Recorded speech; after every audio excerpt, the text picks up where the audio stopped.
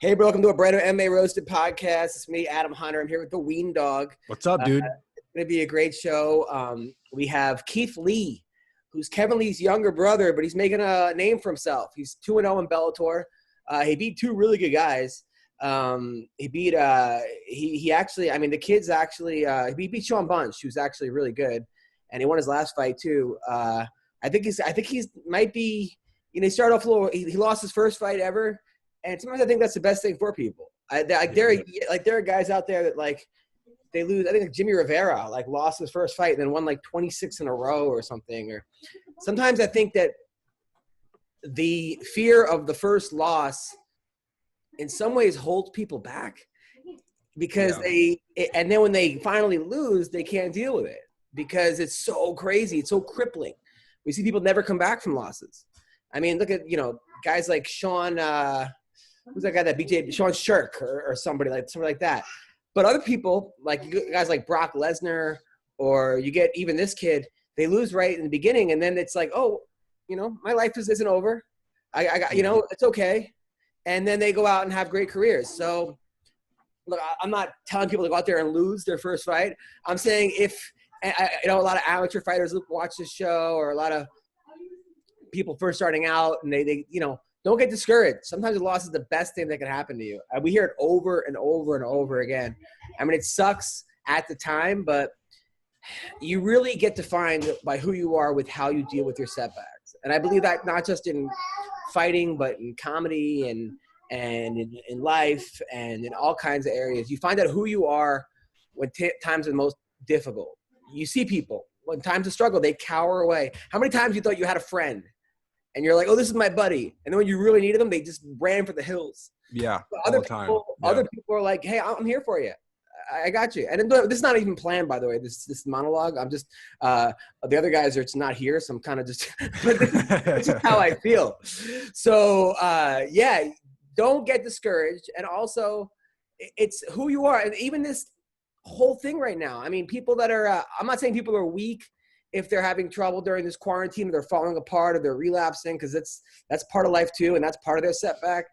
But right now, we're all in a time of financial discomfort, relationship discomfort, and we're finding out who people are right now when times are tough. And now is the time to prove to yourself, and it's never too late.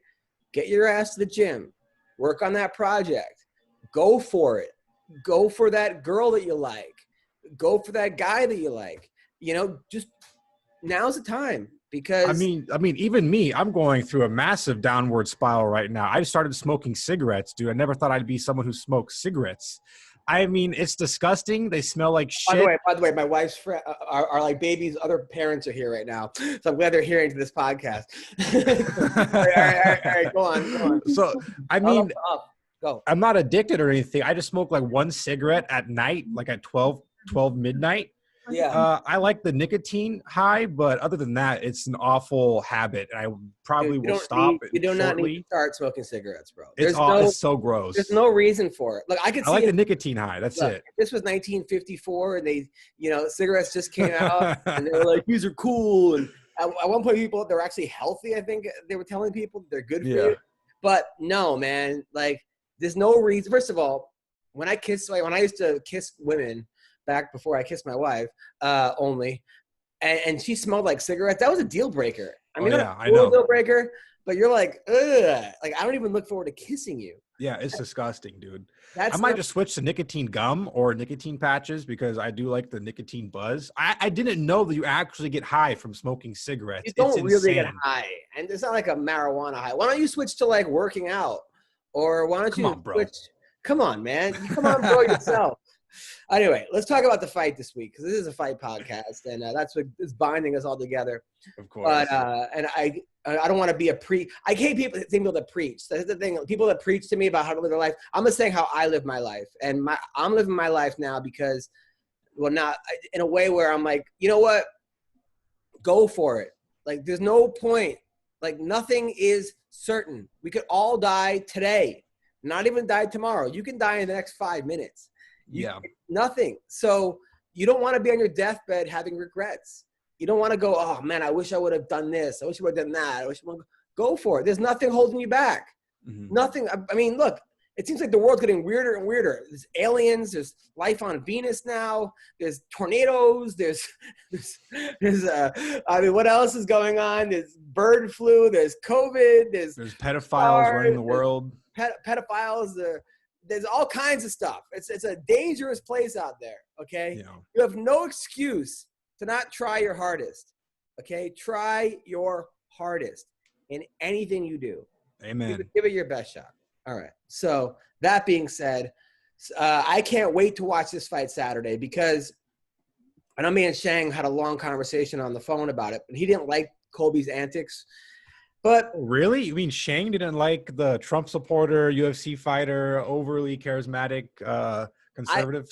Yeah, I'm not even sure if that's why. That probably is part of it. But he doesn't like the whole WWE element of it. He thinks he's like being a kind of a phony. And look, there is something to say that I don't think that Colby Covington has ever voted before. I'm pretty sure he hasn't. It's documented that he's never actually voted in an election before. So it's not like he's this long conservative. I mean, I'm friends with Scott Baio. Scott Baio has been a Republican forever. Okay. He was a huge Reagan guy. He's been a Republican every single administration. He's a Republican. That's how he feels. Okay. Donald Trump hasn't even done that. But that's how Scott Baio is. Nick DiPaolo. I remember when I first started doing comedy, I would see Nick DiPaolo on Caroline's posters saying, liberals beware. And this was like 20 years ago. By the way, Nick DiPaolo is probably like my favorite person in the world right now. The Nick DiPaolo show, if you're into like conservative politics, he is the greatest commentator of all time. It's like you're listening to a radio show from like the 1930s, dude. He does not give a fuck about what he says. I'll give him this, man. He does not care. And there's something about people reaching to a point where, because even now, like I'll tweet something and I'll go, is this going to affect this, or is this going to affect that, or my liberal friends going to get mad, or my conservative get mad? He does not care. He doesn't care. And I wish I didn't care. I wish. I mean, I don't care a lot than other people don't care. Don't get me wrong. On the not caring chart, there's 1 to 10. I'm probably about a 7 or 8. He's at it like a 35 out of 10. He does not give a shit who he cares. And my fear isn't that I piss people off. It's that you become unbookable. Is that you get to a point where no one wants to work with you. I mean, that's a real fear. I mean, Antonio Sabato Jr., who was a huge actor at one point. The guy was on General Hospital. He was on this movie, that movie. He was a Calvin Klein model. I remember watching TV when I was, I don't know, in the 80s with my sister, who was a little older. And he was in his underwear, and she was like, he's so hot. He was in a Calvin Klein ad. He's now working construction in Florida. Nothing wrong with that. Saying he got blackballed from Hollywood for speaking at the last Trump convention. I mean, that's what he says. That he got unbookable. Granted, I don't have those opinions that he has, so I'm not worried about being unbookable, but that shouldn't happen. Like, it shouldn't be that somebody has an opinion and you're not going to book them or work with them because you're like, what does that do with his acting or his modeling or whatever? To me, that's fucking crazy. And now he's doing his own network. And now I think Dean Cain is another guy. Dean Cain is like, he's doing a movie about Obamagate. So now we're going to that end where people have to only do movies that align with their political views. Like, that's insane as well. Yeah.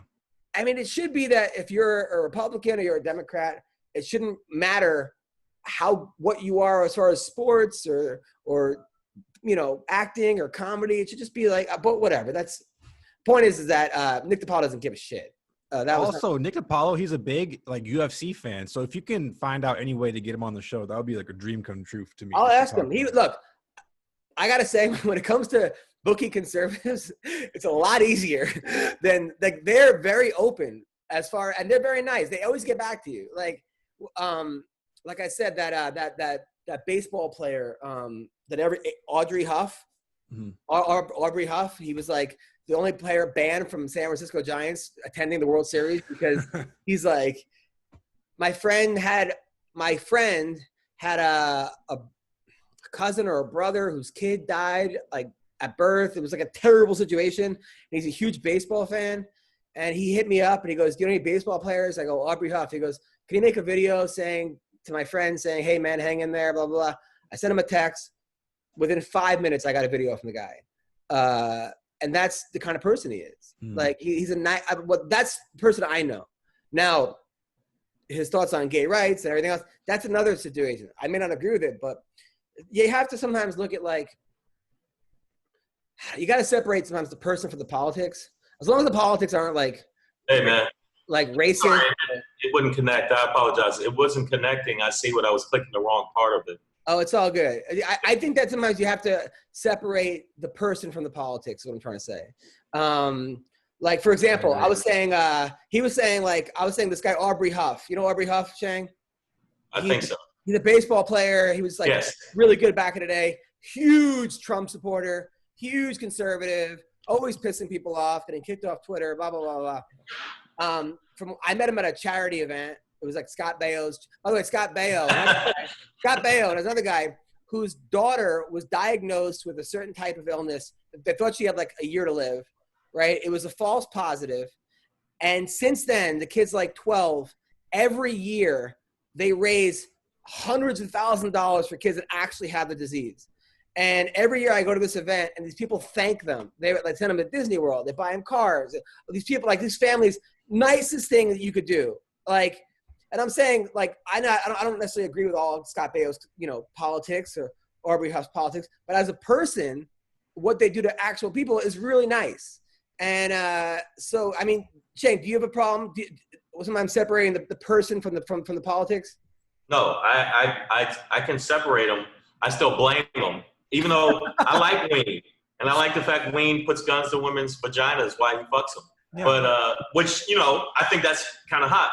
I just think I think that no. I mean, end of the day, if I'm really nice to you, Adam, and I'm still kicking puppies down steps, you still got to go. Yeah, you're real cool to me, but you're a puppy kicker. You know what I'm saying?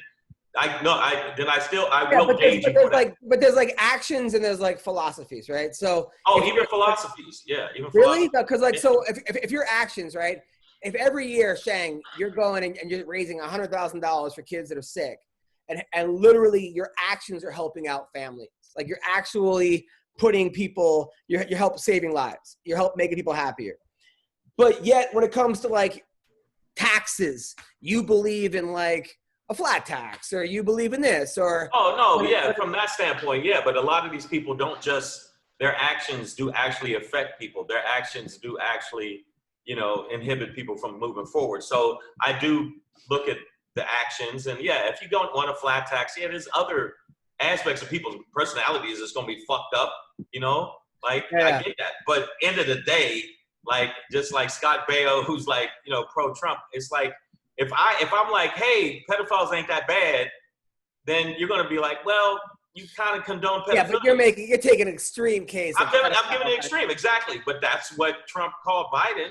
And he's the one that got 20 fucking lawsuits pertaining to sexual harassment. He's the one that said grab the pussy. He's the one. Like, there's so many examples for him to say that. It's so crazy because, yesterday, right? I turn on, what's his name? Ceratopoulos or whatever his interview. Ceratopoulos. What's his name? Triceratops. George Stephanopoulos. Yeah, that Ceratopoulos is the guy that was fighting in Guardians of the Galaxy. So he's talking to Trump, and he's asking him about like masks, and some people don't like masks, and he's like who? And he's like waiters, which is like waiters would be the first people to be wearing masks because they're spitting on your food. Like if anyone should fucking be wearing masks, it's waiters. It should be waiters. Then he says the herd mentality, right, versus herd immunity, right? So Trump's just like fucking up left and right on that one, right? So I'm like, okay, this is a good day if you're a liberal. I mean, this is a good day if you're not for Trump. I turn on the other news, and Biden is playing Despacito to a bunch of Latino people. And I'm like, what the fuck? These are the two best guys? I mean, it's like... Oh, no. I agree with you, but it's like, no, but there are false equivalencies, and one can be worse than the other. There is the difference between getting punched in the face and stabbed in the face. Both are fucked up and they hurt, and it's bad, but one is way worse. But one is way worse. Trump is way worse. Yeah, I know, but all I don't care if the UFC fans think it or whatever the fuck. if they can't acknowledge that he said that shit that you heard him say the shit he heard him say, and if they can't at least acknowledge that he fucks up, which I've been on the show and talked to people who say he never does wrong, then you're a psychopath. Okay, but don't you realize that like all Biden has to do is not play Despacito in front of Latin people?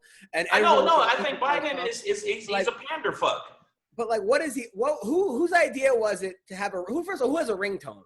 Number one, I mean, what year are we have ringtones? So he actually went out and downloaded Despacito as a ringtone. And who plays that for? Is he gonna play like "Back That Ass Up" for the Black Caucus? Like, what is he fucking doing? Like, what is he doing? Like, I hope so, because I mean, like, who doesn't like your ass backed up on you? What are we doing here? Like, this is it's called pandering. I know, but it's like fucking.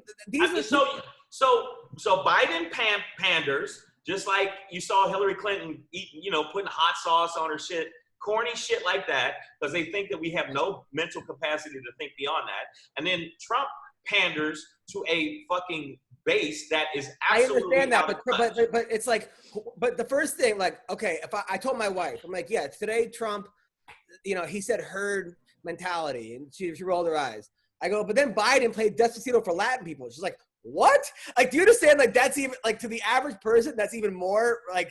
But one is not. But one is a candidate, and one is the fucking president that got his finger on the nuclear weapon, and one's not. Because somebody didn't. All right, okay. Before we turn everybody off, okay. We're not turning anybody off, but we're going to talk about some fucking fights. Yeah, God damn it! Right. But aside from that, all the UFC fans that listen, and some of you people that inbox me and now want to fight me, check this out. I get it. Like, come on, Shang, let's bang, bro. Listen. It's crazy. It's crazy that people keep telling me I'm not listening as long as Shang's go, and then the numbers go up. So I think you have like a Trump effect on people. I have a Trump effect. Yes. Yeah, people are like mad at you, but not listening. But they never can point to what did I say that was wrong. What would I say pertaining to UFC and fighting? Their problem is that I'm not a Trump supporter. I can still be a huge UFC fan and not be a Trump supporter. But in their eyes, if you don't love Trump, then you're not. There you go. That's not smart. So fuck. Right, okay, in fact, everybody that thinks that, fuck all y'all. Come on. We want people to listen to the show. Shang. No, I want people to listen to the show, but this is a fucking show about people punching people in the face. Let's get back. Snowflake. Let's get back, but we don't want to say. All right, to everyone that he said fuck you. I'm saying. No, I didn't say fuck everybody. I said fuck all the people that feel like I can't be both. Just like I'm not. I can actually. All right. Last question. So Trump took a picture with Justin Gaethje, Colby Covington, Henry Cejudo, Dana White, and Ali Abdulaziz. They all went to his rally on Saturday. They were backstage. They took a picture together, right? If Trump asked you to take a picture, would you do it? No. Really? Really? Really? Absolutely. I don't. Yes, even though he's the president? It doesn't matter. To one, it's questionable about his competency as a president. But he's still our president. So you wouldn't take a picture? Absolutely not. Weendawg, would you take a picture with him? You mean take a picture with the greatest president in the United States history? Of course I would. But that's what I mean. That's insane. Everybody, historians have said that he is absolutely, positively voted one of the worst in the history of the presidency. Okay. For me to say that is, other than Ween being very funny, it's insane. But I don't know, because look, you can take a picture with someone, doesn't mean you endorse them or that you're voting for them. I don't like the human being. Okay, so you see Trump, right? You see Trump, and we'll get back to fighting in 1 minute, all right? You see Trump backstage. He's at one of your shows. He came to a show. He says, hey, can I take a picture with you? You're going to say no? Yes. Wow. Really? Really? I mean, okay, I would say no. And just like it's a free country, and he could be like, fuck him, he's an asshole. Okay, whatever. All okay, right. And I'm not going to look at it. I'm going to look at it like, even with comedy, I look at it like this. If I make it, I'm going to make it off the strength of my act, and I'm going to make it because I am a strong comic, and I'm not like a bad person. Strongest. One of the hardest people to follow in comedy. People that don't know this, okay, look up Shang's comedy. He is a monster on stage, okay? Nobody wants to follow this dude. He can play any club and follow anybody in the country. Shang can follow him. I do Trump audience. I've had people say, I'm a big Trump fan, but you were funny, man. I'm gonna tell you right now. All right, fighting. All right, okay, fighting. Okay, Absolutely. I'm talking about fighting. Covington, this Saturday night, Woodley versus Covington. Man, here's what I hope happens. Here's my. Oh my God! Here we go, Wayne. Wayne, I'm gonna need you to stop Adam when you need to. I am friends with both these guys, and I'm not just saying that. Like, I'm legitimately friends with both of them. I talked to them on the phone. I've called up. We've had outside discussions, comedy. Here's what I hope happens. Tyron drops Colby in the first round, really hurts him. 10-8 round, right? Then second round, Tyron comes back, hits him again, wins 10-9. Colby wins the next 3. It's a draw. Okay, that's what I hope happens. Oh my God, you little sensitive yogurty man. I love these guys, man. They're legit. Okay, I don't like both. But that's a good possibility, by the way. If that happens. It's not. No, it's not. Because you know why? And you know it, and I know it, and all the people that listen to this fucking show know it. And Ween knows it too. That Kobe absolutely got a gas tank that's off the charts. I give him that. But Woodley punches like a fucking horse kicks you. Okay. And if he gets a few of those in the early rounds while Woodley is fresh, he's not going to. All that gas tank's just gonna go out the fucking window. Nah. I just think it's going out the window. And if he can utilize this, we've seen that happen before, though. We've seen Hector Lombard fucking brutalize Neil Magny, and his gas tank ran out. We saw Neil Magny fuck up Kelvin Gastelum in the first 2 rounds. Kelvin won the next 3. It's happened before, and I'm just saying that, like. I think Woodley got more power. Woodley got more power. He's not. Okay. All right. Let's match it up. Let's match it up. Okay, let's match it up. Comes to power, Tyron Woodley has God-given power. The guy was an amazing football player. He's built like a linebacker. He gets up to about 205, 210, 220, cuts to 170, and he's fucking a monster, right? Power. His wrestling, when he utilizes it, is not. Both of them are equal in wrestling. Both all Americans, right? Gas tank, Colby Covington all day. I agree. Colby Covington can run 25 miles tomorrow and not get tired. He's a freak. And then now let's go to fight IQ. Fight IQ, I would almost say, goes to Colby, because I agree. Tyron has fought some fights where you're just like, what is going on? Where is Tyron Woodley right now? He's not shown up to fights before, mentally. Colby, right. Colby has shown up to every single fight. He's the only fight against Warley Alves, which I think he had a dislocated rotator cuff, and he got caught in a guillotine. His back gave out, and but he's in every fight. Even the Usman fight, I gotta say. Colby gained a lot of fans in that fight. I know he lost that fight. I don't think his stock went down at all. I think, in anything, it showed that Colby's striking is better than we thought it was, because he was never really a striker, and he went strike for strike with Usman. I think it matters with like, this fight's going to come down to, is Tyron Woodley, I wouldn't say washed up, but is he a shell of what he was? I agree. Because Tyron Woodley, he's an interesting fighter, because he was a monster, and then he fought Nate Marquardt, and he went punch for punch against Nate Marquardt, and it was the most exciting fight ever, and he got knocked out. He got posterized by Nate Marquardt. It was like amazing. He hit him with like a 3-punch combo. Then Tyron, that loss set him back, but almost moved him forward, because he's like, I'm going to be a wrestler and win boring fights. And that's what he did for a while. He took a step back, and he said, I'm not going to go punch for punch. And he started winning fights in a really boring way. Then all of a sudden he was like, fuck this. I got power. And he started just knocking fuckers out. Jay Haran, quickly. Josh Koscheck, quickly. Darren Till, quickly.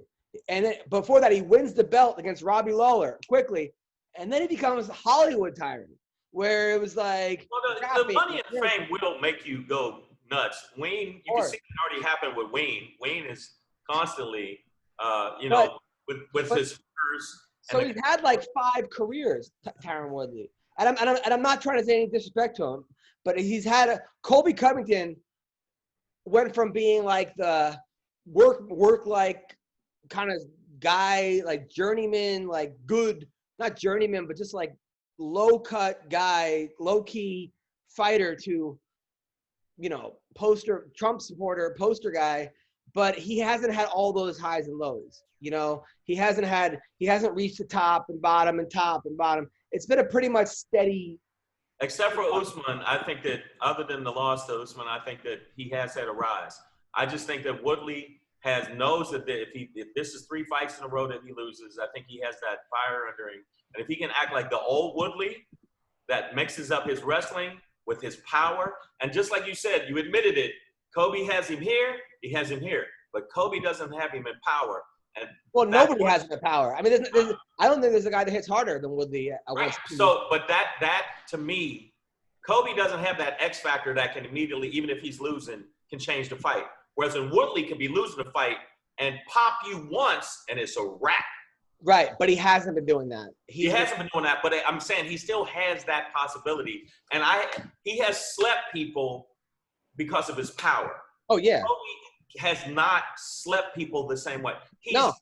Right. So that's why I give him the edge, because I know that I've seen fighters with that kind of power, even when they're losing, if they hit you the right way. But those fighters though, like the Black Beast, those Mark Hunts, those what's his name, Jar Rosenstreich, Overeem, those guys mentally don't get discouraged when they're losing fights, where sometimes Woodley will.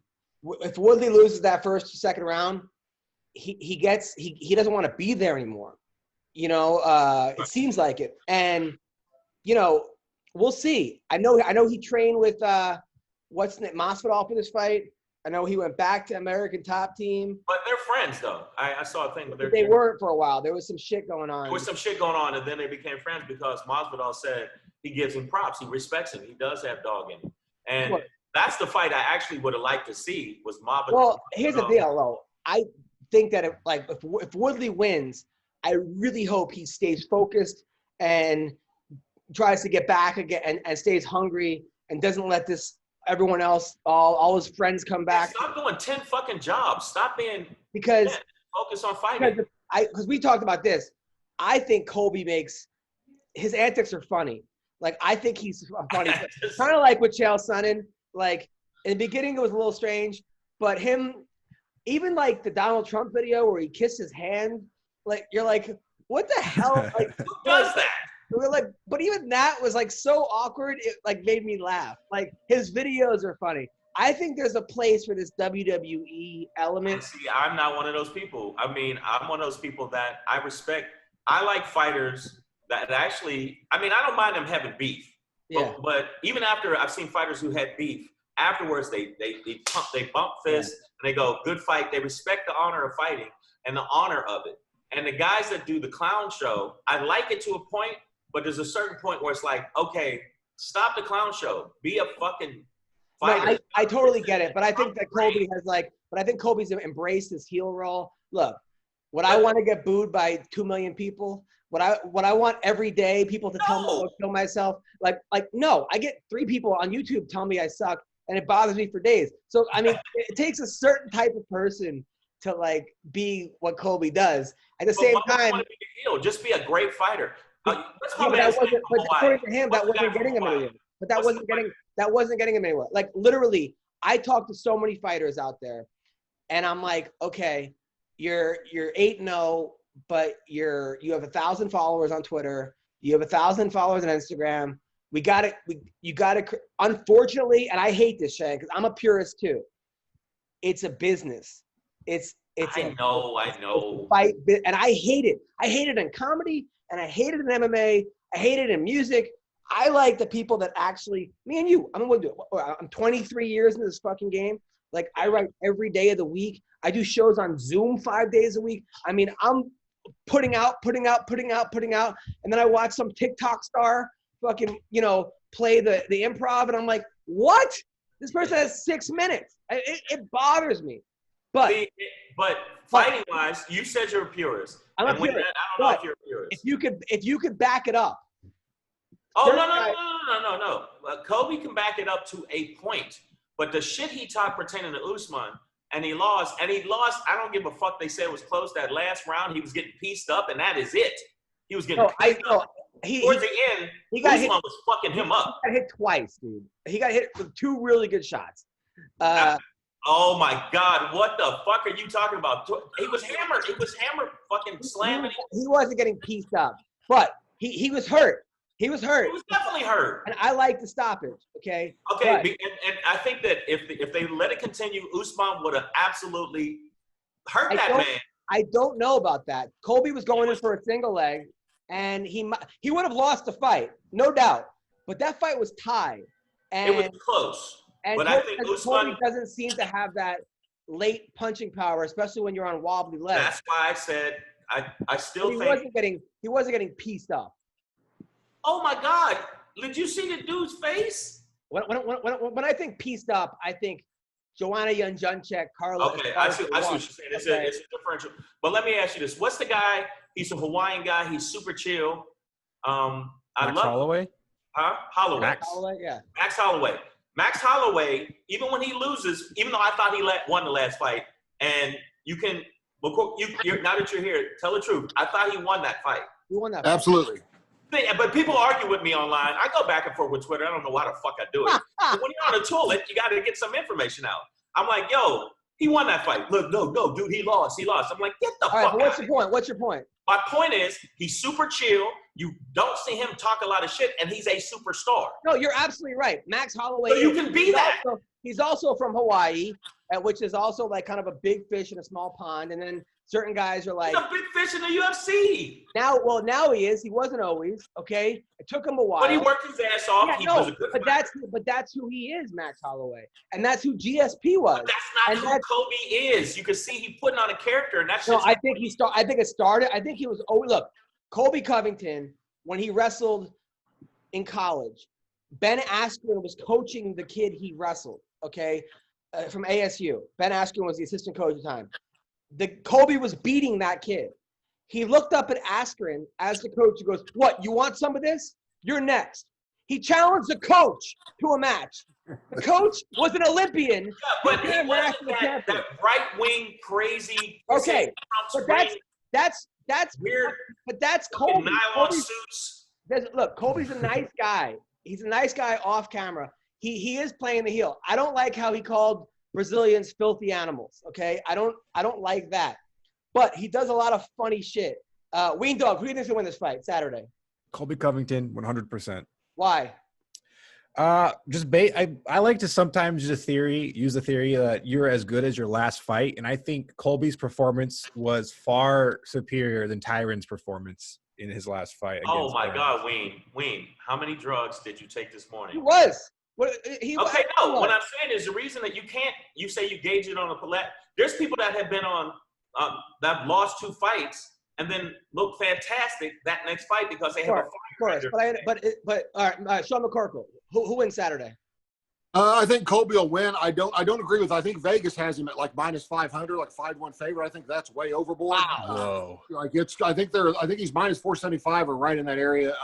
But I would say he should be probably minus 250, minus 200, just based on being younger. And even though he lost to Usman, he looked. He didn't look as good as he normally looked. But you're fighting Usman also, who could make you look bad. But the way Usman did Woodley, and as close as his fight was with Usman, I think he'll roll over him fairly easily. Now, do you think there's now here's what I think is going to happen. I think Tyron knows that, like, I don't want to get into a cardio competition with this guy. Okay, but I can knock this dude out if I put hands on him. I think there's a thing. He might come out swinging for the fences in the first minute or two and try to overwhelm him and try to connect and land it on Colby. Do you think that'll be his strategy? That's the time to do it if you're going to do it. If I were him, that's what I would do, because you're not going to outlast Colby cardio-wise, almost anybody. Usman did, but almost no one else is going to outlast him cardio-wise. And, as explosive as Woodley is, he does get tired in later rounds. So I think with him being older, if I were him, I would go out, I would try to catch him early. I don't believe in pacing yourself, man. Whenever I fought, I was there to fight. You know what I mean? Like, which is why I gassed out in 2 minutes every time. But these guys that pace each, I see these guys like sit in circle for the first round. No one boos. I got booed if there was inaction for 5 seconds. You know what I mean, or whatever. The crowd would start booing. So I would say Woodley's extremely dangerous, man. Still in the first round against anybody because he hits hard, man. And, he hits hard as fuck. And I agree with you about the cardio. McCorkle, you're absolutely right. No, but I know that in closing distance-wise, I haven't seen – there's only a few fighters I've seen that do it like Tyron. Like, he literally closes that distance, and he's on you. And if he hits you with a couple of those on the chin, I don't think Kobe could withstand that. I just don't think he can withstand that, in my opinion. Now, if it gets in the later rounds, yes, I think Kobe can win. But I'm telling you, those first 2 rounds, if he starts throwing bombs on him, I don't know. As far as Sean, you've been in there, right? Like – and look, I know wrestling-wise, like there were times, like I remember my junior year, I was a defending New England champion 2 times over. And like 5 guys beat me during the season, and during tournament time, I just turned it on and beat them all, right? Because it's mental. Right. Now, mentally, when it comes to MMA, he hates Colby Covington. He does not want to lose to Colby Covington. I think it's a pride thing. I think he views Colby as racist. He just doesn't like him. He's always hated him. Can he turn back the clock mentally to like become a better fighter in this sort of time?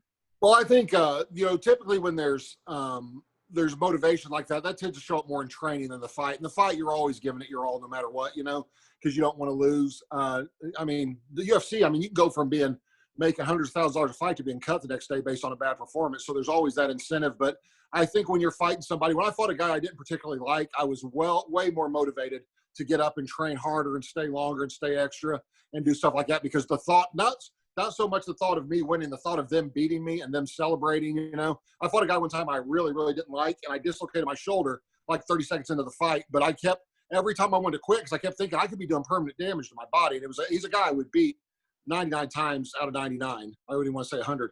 I beat him and I ended up beating him by decision, even with the dislocated shoulder the whole time. But any other guy I probably would have quit against. But the thought of seeing his dumb fat ass running around celebrating, I was like, nah, I'm not losing to this guy, man. I was like, I'm gonna fight, even if I got to lose an arm. I'm not quitting against this dude. Now, is there Shang, 1 second, I'm sorry.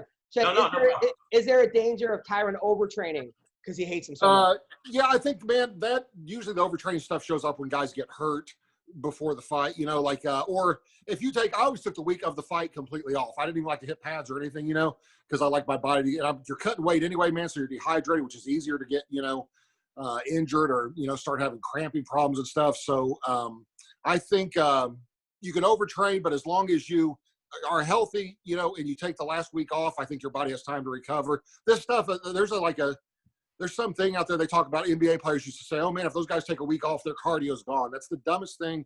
I played basketball in college. If I took a week off, I felt better than I'd ever felt before, like not having done anything for a week, because your body finally heals, recovers. You're not going to lose cardio in a week, So I've always said guys should take the last week off for sure, all fight week, just don't, no training, no sparring, no anything like that. Just take it easy and relax and try to get as much sleep as you can. But Woodley's been doing it long enough. I don't think that'll be an issue, man. Like he's been competing before fighting. He was competing at the highest level in wrestling. So he knows his body and he knows what he's doing. Shang, what are you going to say? No, I was going to say that I agree with you that I know that in 1916, when I actually did this dumb shit, because he said, yeah, that was 1916. No, not liking the person does put a different fire under your ass. I bullshit you not. So even when you're hurt, that fire under you, like, I can't let this motherfucker beat me. Yeah, but I've seen fights where 2 guys hate each other. It helps some fighters. But I've seen fights where 2 guys hate each other, and then they get in there and they're scared to throw punches. I don't know if it's a fear of losing or if there's so much anger that they can't. It's like, I don't think that's going to be the case with Woodley. Have you ever seen that, Sean? Like you see 2 guys. Yeah, you're always the guys are afraid. Like even Chael Sonnen and Anderson Silva. Like, can you imagine if Silva would have lost that fight after not saying anything? Chael harassed him nonstop. He doesn't say anything, and then the guy comes in and kicks your ass. Like that would be humiliating, Right. So I think most guys I think are afraid of the fear of embarrassment way more than getting hurt.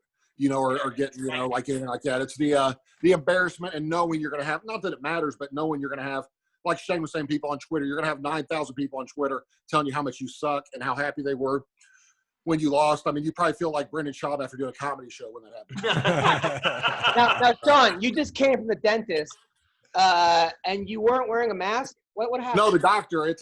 I had to go to a doctor's appointment. It was so funny because I come walking in and they look at you like you can't believe you're wearing a mask, and they're like, "Sir, you have a mask?" I said, "Yes," but I wasn't wearing one, And they said, "Okay." So I go in there and sit down, and everybody's looking at me the whole place like I've got leprosy or something. Man, it was completely out of control. And so I go back there, and they said, the lady said again, "Sir, you have a mask, right?" I said, "Uh-huh." And I went and go back to the room. I didn't wear it the whole time, and then the nurse's assistant asked me about it, and I gave her the line I told you, I think, last time, that I said, "Oh no, that's my way of protesting against police brutalities by not wearing a mask. So if you want me to wear it, you're more or less racist." And so that usually makes people back off. I'm like, no, I'm supporting Black Lives Matter by not wearing a mask. They're like, "Oh, okay, no problem." Genius. No, Sean, there was something else. Now, what happened at the drinking game? What was this drinking game? Oh man, I'm going to tell you this. It's I was talking to my little cousin the other day. Man, I'm not a big drinker, never have been, and I never won. Like my kids don't drink, like I just don't. Like I was never really one for it. But my cousin, his dad was an alcoholic, so I was always it's my second cousin, I guess. I was always a little nervous about him, so I was trying to teach him, to drink responsibly when he was in college, or talk to him, not teach him, but talk to him about it. And, I told him he wanted to pace himself, doing that. Cause I said, you don't want to be an alcoholic like your dad, end up being. So I showed him this drinking game about almost a year and a half ago, just under a year and a half ago. I told him this drinking game. What you do is you get on YouTube and you open up the Fighter and the Kid, YouTube page. Yeah. And you play a random episode of, an old episode of Fighter and the Kid. And every time Brendan Schaub says something super funny or original, you take a shot, So I talked to my cousin yesterday. He thanked me for teaching that game. He said he's 17 months sober. Wow. Congratulations to your cousin. That's amazing. Yeah. He just plays that game and he stays sober. It's cool. So. That is amazing. Speaking of drinking game, tonight Chris Spencer is a really good friend of mine. He's a brilliant comic. He's a writer for the Oscars, for the Emmys, creator of, The Real Husbands of Hollywood. Put me in a lot of stuff. Love the guy. So we're doing a date night on Instagram Live. My wife and I, him and his wife. We're the first white couple to be on the date night. So I'm very excited about this. My wife doesn't really know what's going to happen. She said, "Don't embarrass me." So that's wow. Fine. They talk about just relationships, and your numbers will go up substantially. Good. So Dustin Poirier was supposed to fight Tony Ferguson, a fight everybody wanted to see. I guess Poirier wants more money than the UFC is willing to give them. And now even Ferguson said pay the guy. Dana White said Dustin didn't want the fight.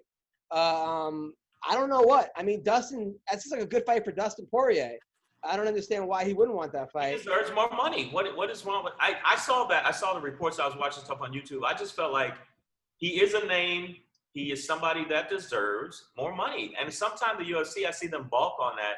And like Masvidal, I thought it was smart what Masvidal did pertaining to Usman. And got paid. Sometimes you have to really look at your value. And Poirier is a fucking top tier fighter. And he's fighting, no matter what happened with him, he's fighting one of the dudes that can cut you up with elbows where you look like you were in a horror show. That's the truth. It must be some kind of pay-per-view points or something. That's money. That's a lot of money. I don't understand. I mean, I don't think Poirier is scared to fight anybody. You can put that guy in against No, he's not scared. It's about the money. When's the last time you saw him in a fight that wasn't awesome? He wasn't great against Khabib, but other than that, I mean, his last couple fights have been, some of the best fights I've ever seen, man. Absolutely some of the best fights. He deserves the money. People want to see the fight. It's going to do well on pay-per-view because he did well before on pay-per-view, even when he didn't fight I keep saying Habib. Is it Habib or Khabib? I think it's both. It's both. Yeah, either one, I guess. So, and other than Habib, he looked excellent.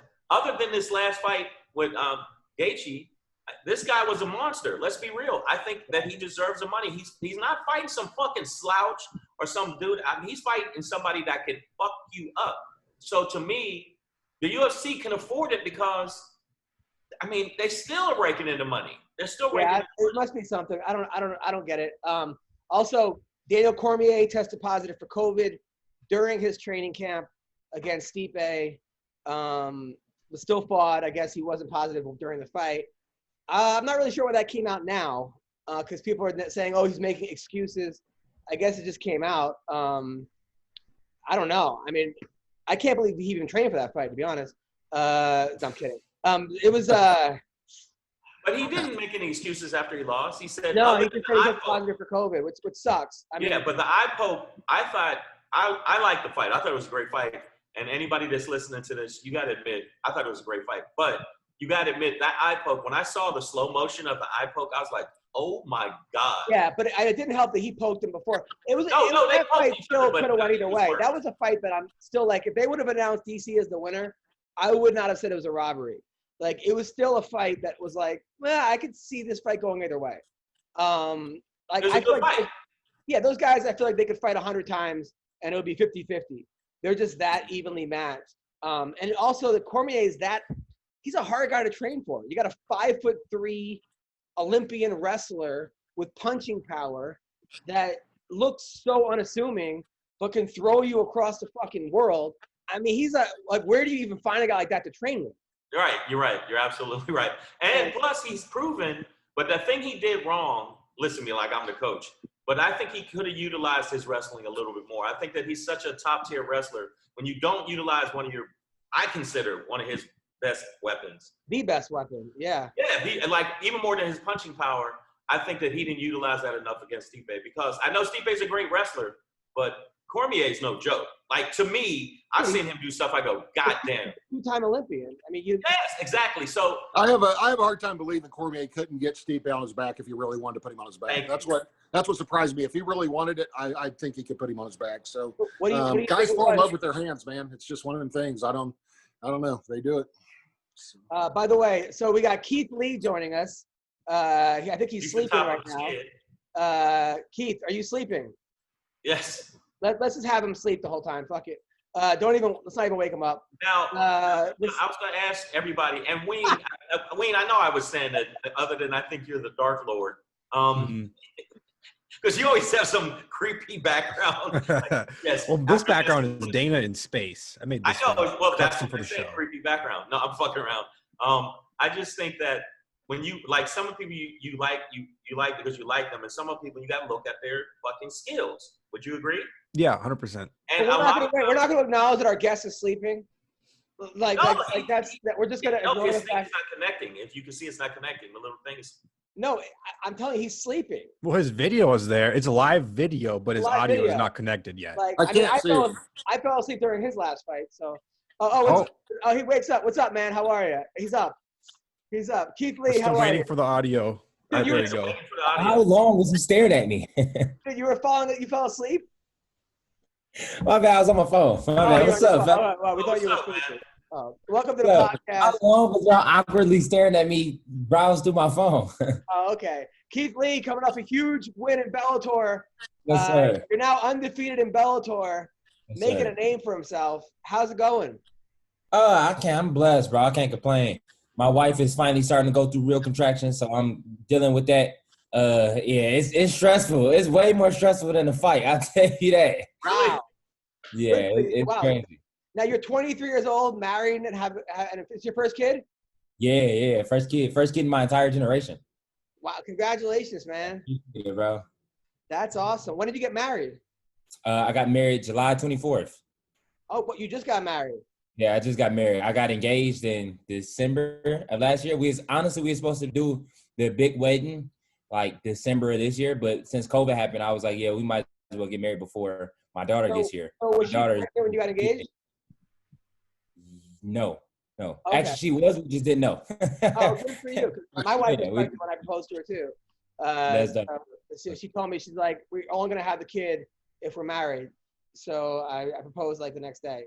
Well, you made a good choice. And congratulations, man. That's some good shit. That's good shit. Thank you, bro. Now I was saying at the beginning of the podcast, you started your career 0-1, right? You lost, and then since then you've been on fire. And I think sometimes that first loss is the best thing to happen for you because it takes the pressure off being undefeated.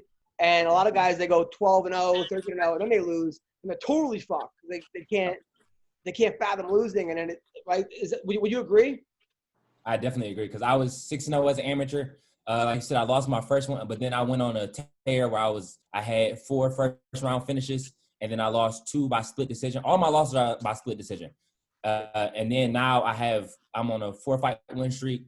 So I definitely agree with you. It's one of those, especially coming from the prodigy that I come from, with the brother that I have, and seeing guys at a young age and seeing guys that were really at a high level, like at a high level that most people don't get to see in person.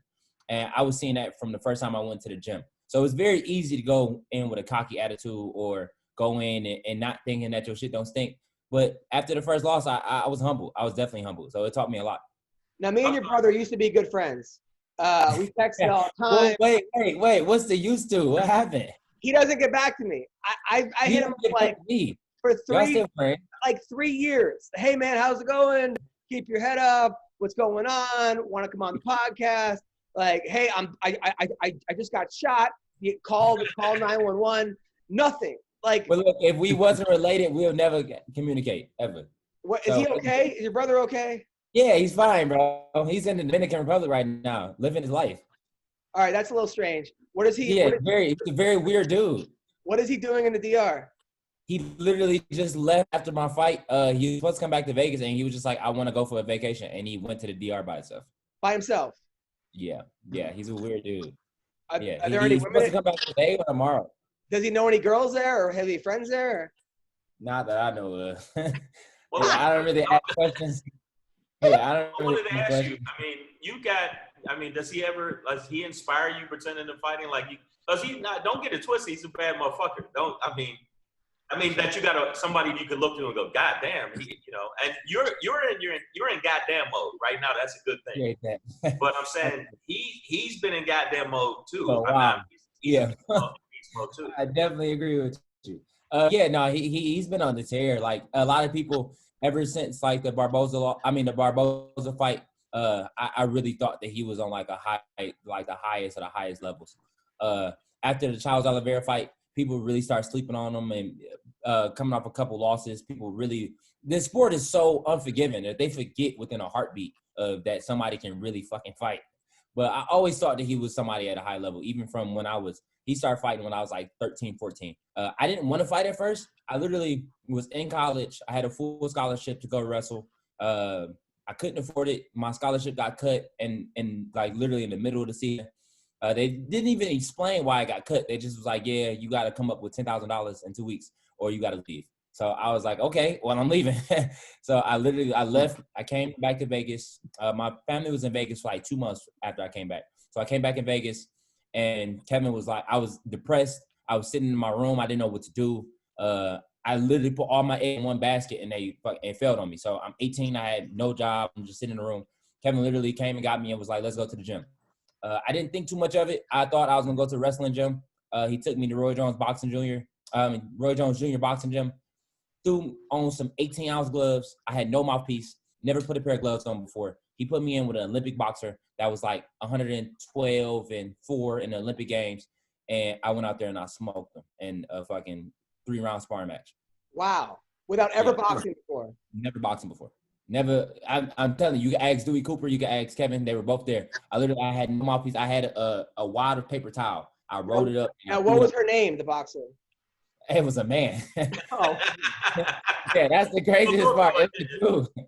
No, yeah, he was like a 116-pound, or I think he was either 116 or 118 pound. At this time, I was walking around like 129 pounds. So I was still small. But he literally was an Olympic boxer. I went in there, pure street fighting, and I smoked him in 3 rounds. And we literally just went at it. We were both bleeding. Afterwards, they were like, you have to have some type of experience. I had 0 experience. And ever since then, Dewey wanted to train me.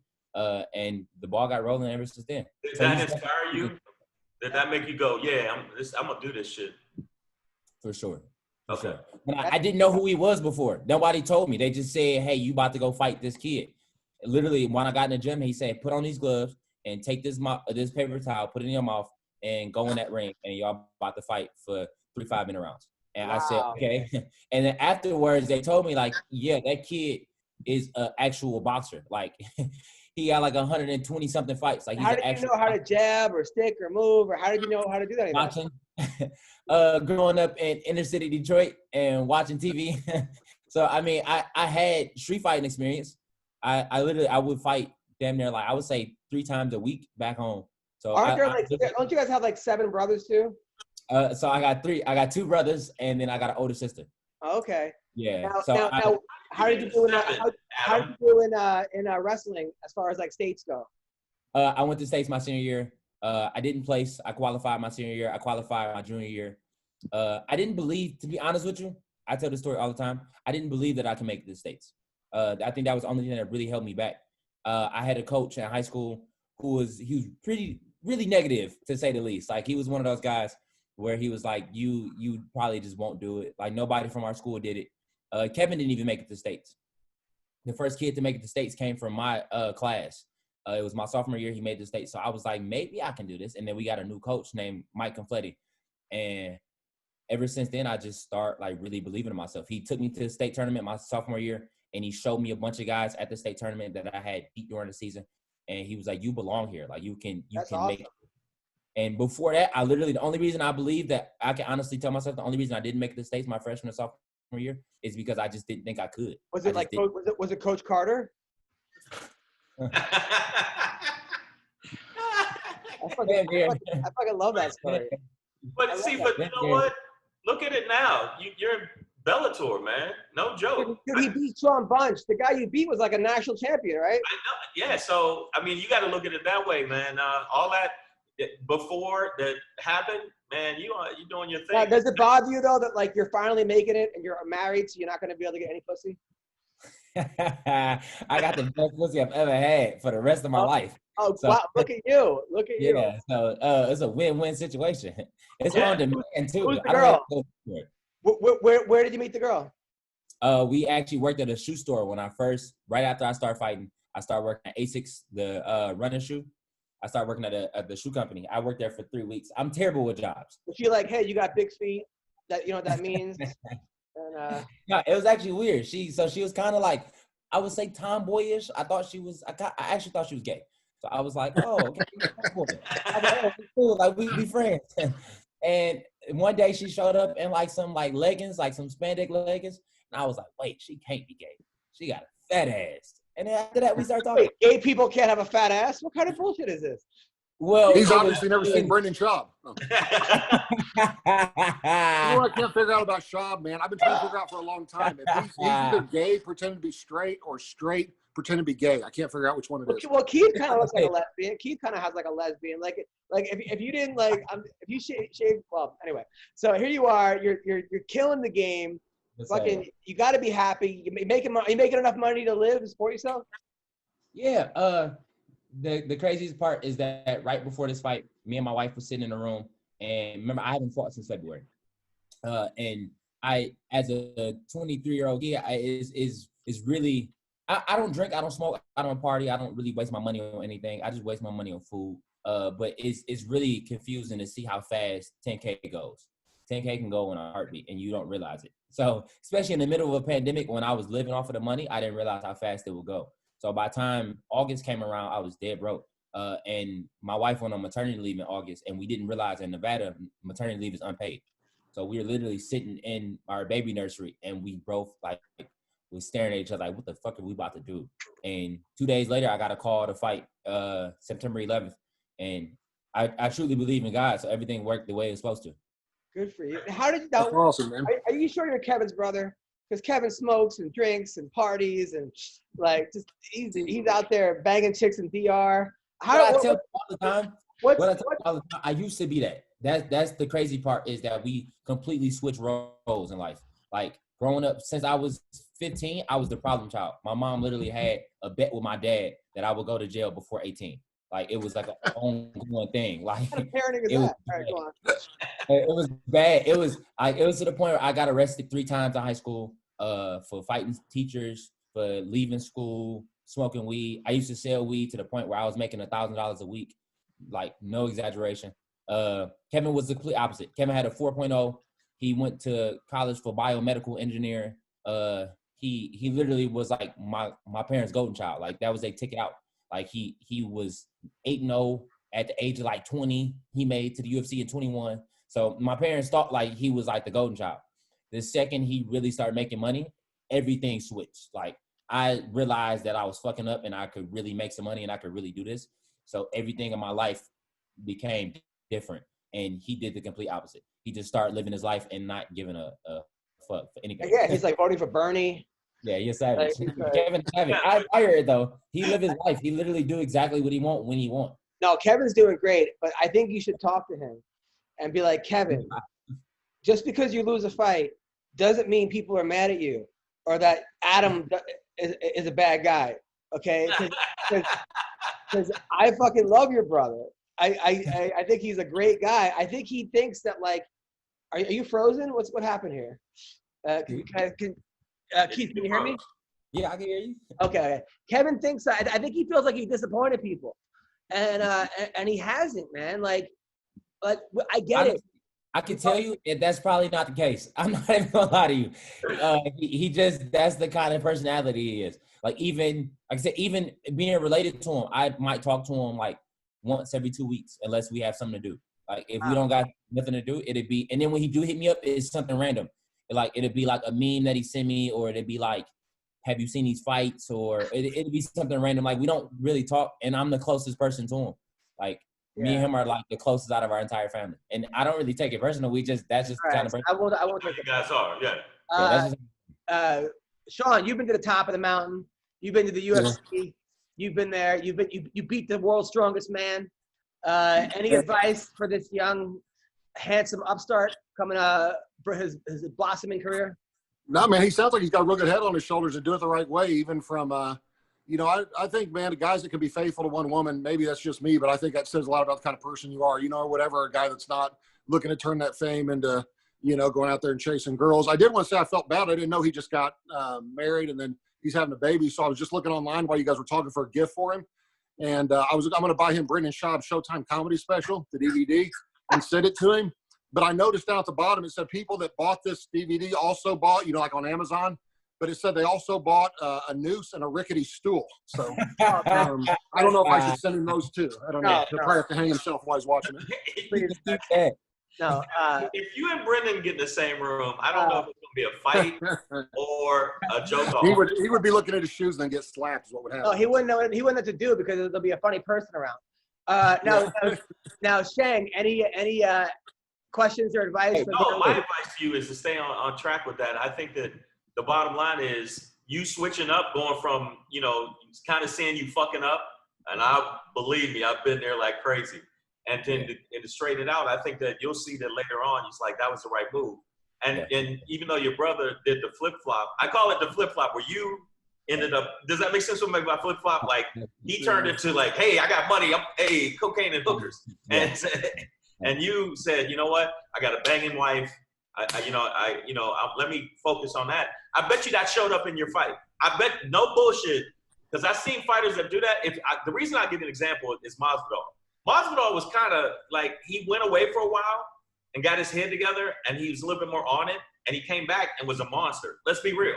And I think sometimes when you do that, he's beating world. I mean, this dude Sean Bunch was like won 5 out of 6. He beat Joe Warren in 1 round, and fucking Keith took him apart. Like, Keith is beating really good guys. They're not giving you like scrubs in Bellator. They're not giving you like softies. Yeah. No. I mean, but now, who do you want to fight next? It's a couple guys. It's a couple good names. Before I answer that question, I definitely want to get to the point. I finally exist to Adam. I've known Adam for almost fucking 4 years. This is the first time we had the first time you looked at me like I was a person. I thought you were Kevin's kid. Okay, honestly, I thought you were Kevin's son, and I thought you were like 10 years old. No, you always existed to me. Number one. When you first hit me up, I was like, "This got to be a spam account." No, man. No, you've always existed to me. I just was like nervous for you because I didn't know you were like 0-0, and then you lost your first fight, and I felt bad, and I was like, but no, you always existed to me. Number one, you've always been a good kid, and a super nice guy, but you always hid in the corner. I had Kevin on the podcast, and you're like hiding, and I'm like, did Kevin kidnap? Are you work for Wayfair? Like, he was chilling. Now, bro, he's underneath. Now, as we speak. Fucking Aljamain Sterling's brother, the same way. Aljamain Sterling's brother's a fighter, but you guys are like, you have like little brother syndrome, where you fucking hang out in the. No. I let it speak for myself. Look, I let my career speak for itself. Even to this day, I'm not one of those people. I don't search interviews. I don't seek for them. I don't seek for sponsorships. When it comes to me, when I'm one of the people, when things come to me, they come naturally. And when doors open, they open on themselves. I believe in God strongly. So I know when it's my time, it's my time. And I'm going to be here for a long time, bro. So it's no point to rush it. I love it. So who do we want to fight next? I think it's a couple good names. I think Mike Kimball is a good fight for me. I think Ricky Medeiros is a good fight. I think Cass Bell is a good fight. I just watched that Patchy Mix and Juan Archuleta, and Juan's a good friend of mine. That fight was weird. It was very weird. Juan hugged it out in the last 3 rounds. I thought he could have did that from the jump. I thought he could have got Patchy out there in the first round.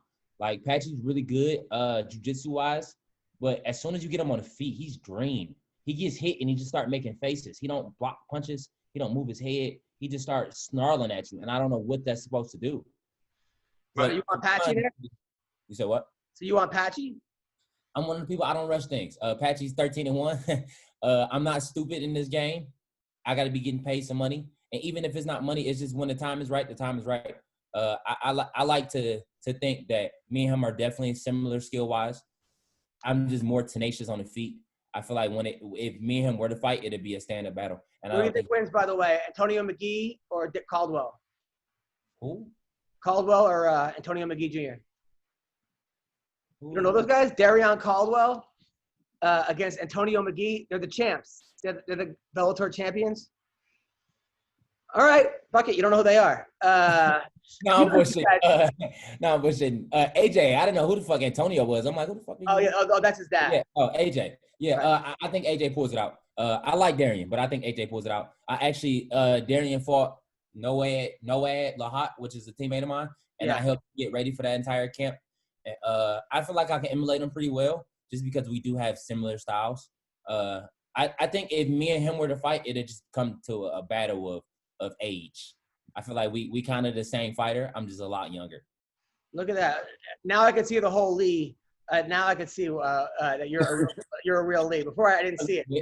He was way too humble. I know. I mean, it's humble and honesty. No, it's real, recognized real. Like it's like, yo, I'm you. If you went back through time, it's Gemini man. I'm the young one that's gonna fuck you up. Now, are you still having sex with your wife now that she's 8 months pregnant? Yeah. Well, she's 9 months. She's due in 4 days. Wow. Yeah, so you don't. That's when you stop. You gotta stop. No. No, that's when you stop. That's when I stop. That's when I stopped. Yes, you're right. Now, really, you're not worried about hurting the kid coming out with like a big dent on his head or anything? A little bit, but I take my time. I'm pretty gentle. Okay. The more sex, the easier the delivery. So I'm just trying to make it easier for her. He's such a giver. That's such a difference. It makes a difference. Yeah, I'm a good Samaritan. Just don't make jokes. During labor, my wife was like, "This is the hardest thing I ever had to do." I'm like, "That's because you never wrestled in high school." She fucking threw something at me. She fucking threw a pillow at me. It's like, fuck. But that's a good bit, though. That is still a good bit. Yeah. You know what I think? I think that like a lot of the fighters that you call out, that you know that you can see what they do wrong. I think that that's systematic. Bellator builds fighters up a little bit more. Where I think, and you still get thrown in there with beasts, but UFC seems like it's like, yeah, you're gonna fight like one of the top 10. Like, what the fuck, man? Even everybody I just mentioned can really fight. Like everybody I just mentioned can really fight. Like they're really, really good guys. I respect talent. Like I'm one of these guys. I really watch fights and I really like study fights and I respect talent. Like I said, it's a little bit of the Lee in me, but I still put myself at a high level and I'm supposed to. Like, I feel like if you don't, you're not supposed to be in this game or any competitive league. It's a reason I'm here, and I'm just here to show it. But it's a lot of good guys in this division, and all those guys I named. I love it. Now, boy or girl? A girl. Yeah. It's the best. What are you going to name her? So our name is Carter Lynn Lee. Carter Lynn Lee. I like it. Carter Lynn Lee. It's beautiful. Adam has a girl. I tried to have girls. I got boys. I wanted a boy at first, but I wanted girls. My brothers I have 3 brothers. They all have girls. Sean, you have a boy and girl. Huh? Sean. Me, I got a boy and a girl. Yeah, imagine but you're lucky you got both. Sean, you were lucky you got both of. But I wanted. He has a teenage daughter now, right? Teenager. No, my daughter's 22 in a week. So. Oh, nice. My son just turned 19 and she turns 22 in a week. So. Now, what was it like for your daughter's first boyfriend coming over to the house? Oh, man, it was awesome. I would always put him to work. I wouldn't even tell her he was there yet. And I'd be like, hey, I said, buddy, do me a favor, sweep down here, would you? And then he would get the vacuum out, start sweeping. And I'd be like, hey, I need you to take the trash. I would just do stuff just to mess with him. And it was the funniest thing. The funniest thing was he was terrified to meet me. And she was like, Dad, can you say hi to Zach on FaceTime so it's not so awkward when he meets you? And I said, okay, that's fine. She goes, he thinks you're like real mean. I tell him you're real nice. And I was like, okay. So he gets on there. You know, sometimes there's a little bit of lag with the audio. And I said, what's up, Zach? And she holds the phone so I can see. And I give him about half a second to answer. And he doesn't say anything. I said, answer me, boy. Like that or whatever. His face goes, oh, I'm sorry, like that. And she was like, Dad, stop. Like, as I kept saying, I said, next time I ask you a question, answer. And like I don't know. So I like to give him a hard time, but he's a good kid. That's awesome. Yes, daughters, tell the truth, man. You have a daughter. I think I'd hurt somebody. I bullshit you not. It's not easy, like man. my son, I feel like, okay, if you get in a fight, whatever happens, you gonna be all right. But if somebody hurt my daughter, I feel like I'd fucking lose. Yeah, but Shang, your son's like a stud though. Your kid comes home is like, smell my fingers. I mean, right? I mean, okay, no way. No, what I'm saying is, like, it seems like when you have daughters, fathers with daughters, I watch how my brothers are with their daughters. It's like different. It's like, and you're gonna have a daughter, man. I'm telling you, and they're gonna come home and he's gonna bite in and he's gonna be like, yo, I got 10 wins. You fuck my daughter up. I have to arm for you. Like, yeah, like, I think that's the mentality. Like, come on, Adam. Somebody mess with your daughter, tell the truth. Forget about it. See, it's different. And I'm like that with my wife. I already know I'm gonna be like that with my daughter. You already know? I'm like that with my wife. So I know I'm gonna be like that with my daughter. Yep. I see. You just said it. I can tell. There's some people that, like, I see my brother and how he's with Tiffany, his daughter, and he's like, I tell you, man, if her husband ever get out the line, he might as well already know. I'm gonna ask him where you want it, head and neck, because I'm fucking you up. Because I think it's different with a daughter. Like, you know, Sean, your daughter's grown, and even now you still probably would be like, if you fuck with my daughter, I'm going to you out. You worry about him so much more than a boy, man. Like, it's nonstop, you know? Yes. That's it. But congratulations, dude. Appreciate you, bro. I appreciate it. Yeah, that's good shit, man. You're the best, man. Next time I'm in Vegas, let's hang out. Oh shit! What? Yes. Come on, stop, Adam. He bullshitting. No, I'm not bullshitting, man. I'm not. Okay, see, Adam, you said it on the fucking show. Keith is way cooler than I am. So I'm raising my status to hang out with this young fella. Yeah. Hey, you know, Trump is campaigning real hard in Nevada. Maybe you guys can get together, go to one of those rallies. Shang, Adam, and you guys all three go to one of the rallies. Trump, that won't. Did you go to the Bernie rally when your brother spoke? You said what? Were you at the Bernie rally when Keith Yeah, I was there. Yeah. They had to sit in front row. It was dope. It was interesting. I probably wouldn't go to another one, but it was interesting. What was that like? Bernie was cool. Like, we actually met him in person. He tall as hell. He like fucking 6'2". Like, but he all skin and bones. Like, you could tell. Like, I touched his arm and it felt like he was about to fall apart. Like, it was weird. Yeah, it was weird. Like, he was like decaying under his suit. Like, it was weird. But I mean, he's cool. Yeah, it was a dope rally. We met him. We took pictures. I didn't really understand what he was talking about. He was talking fast. I don't really like talking to people that talk that fast. He was talking in loops. Like, he was talking a lot, and then people would cheer randomly. So I didn't know what they were cheering for, so I would just start cheering. That sounds like Trump. Nobody knows what the fuck he's talking about. Yeah. You sure you weren't at a Brendan Schaub comedy show instead? That's what that sounds like. What's your thing with Brendan Schaub? He doesn't like Bernie. He doesn't like Brendan Schaub's comedy. That's the truth. He thinks he sucks. Yeah, I mean, he's just a sociopath. I can't stand that dude, man. We've had a long history. He's always super jealous of me ever since like the old UFC days, and always saying stuff about me. But he won't say it in person. Like, in person, he just looks down at his gay Gucci boots and doesn't have anything to say. But behind my back, even like Rogan is talking about on his podcast how funny I am, and Schaub's like, "Yes, he's still alive. I haven't heard from him. I heard he's dead." You know, just always got something to say until he sees. He always throws little jabs at you. Always. So that to me, that's a lot of bitch shit. From where I'm from, that's bitch shit. Like, if somebody did that around the neighborhood back in the day, I'd be like, okay, don't have to talk to him. Does that make sense? It's like, yo, stop doing that shit. I'm gonna have to see you in person. But I think that with you, that not only you have the history pertaining to fighting, you have the history pertaining to comedy, because you are funnier than him. And I'm not. I told him if you don't want to fight, I told that dude, I sent messages to him. I said, if you don't want to fight, why don't we do a random stand-up show? No advertisement, no anything. We'll do an open mic, me and you, and we'll give each other 3 topics so you can't prepare for ahead of time. You got like 5 minutes to prepare, and we'll see who gets more laughs. Like without, although his punchline, what the fuck, is pretty much, it's a given every time. Like that's his go-to. Like, hey, anybody see this thing about this hurricane? What the fuck, right, guys? Like that's his punchline. But you know what? Yeah, no, he just the coldest thing I seen when I thought it was cold, when Rogan on air told him he shouldn't fight anymore. I don't know. That was great. Yeah, well, that was amazing. But I thought it was like, you could pull me to the side about that type shit. Oh, yeah, it was completely unnecessary. You know what? I thought it was unnecessary at the time, but then when I realized how Schaub is, like I realized that's probably the only way we get through to him, because Schaub actually believed he was the best heavyweight in the world, and he just was catching bad breaks. Like he said, after he got beat up like 5 times in a row, he said, I'm a terrible matchup for Brock. Like, Brock who? That Brock Turner guy that raped those girls at Duke? Because I know you're not talking about Brock Lesnar. Like, whatever. Like, you're not but he's just that delusional. I think he had to be humiliated publicly to believe it. So. All right, Keith, back to Keith. You said you used to beat up your teachers. Like, what was that? What happened there? Yeah, I was a problem child. Like, I was really bad. Like, it was to the point where I would, like, I had a problem with authority. Let's say that. I had a problem with authority. I didn't like people telling me what to do just because. I'm big on communication. I'm big on you telling me what to do and explaining to me why I have to do it. And teachers didn't. They really. I would. One of them kids, I would sit in the middle of class while you was telling me to get out, and I would make fun of you until it was time for you to put your hands on me, and then I would fight you. And I did that like repeatedly. It was to the point I was fighting security guards. I was fighting teachers. Always male teachers. I always had a problem with male teachers. I always had a problem with male figures of authority.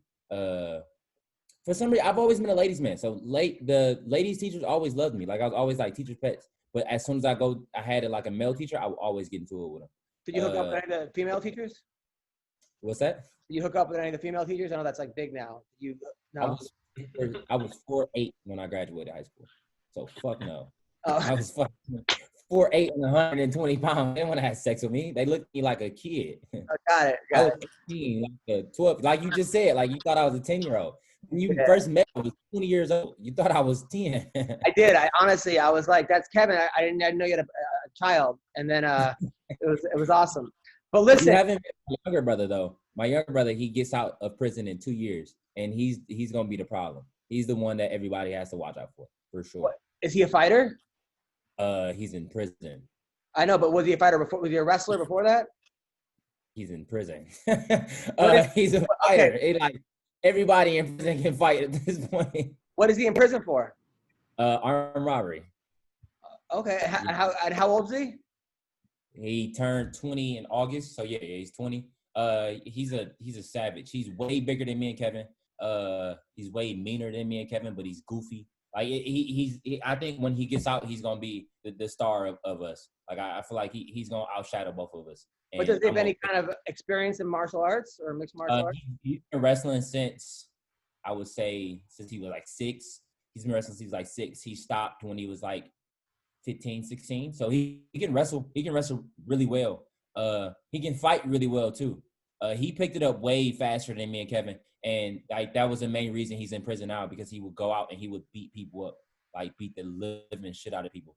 And he just ended up going down the wrong road. Like he ended up going down to the road where he had a mix of me and Kevin. Like he was really cocky, but he was also really smart about it. So he had everybody in Vegas wrapped around his finger. And then when he started doing stuff, nobody could tell him anything. When he started really making money, he was using Kevin's money to get the popularity, and then once he got the popularity, he started making his own money. So it was nothing you could tell him. But when he was robbing people in Vegas?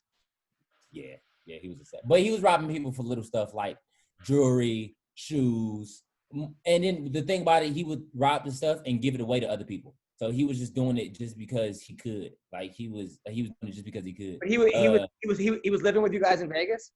Mm-hmm. He's living with you guys in Vegas, robbing people.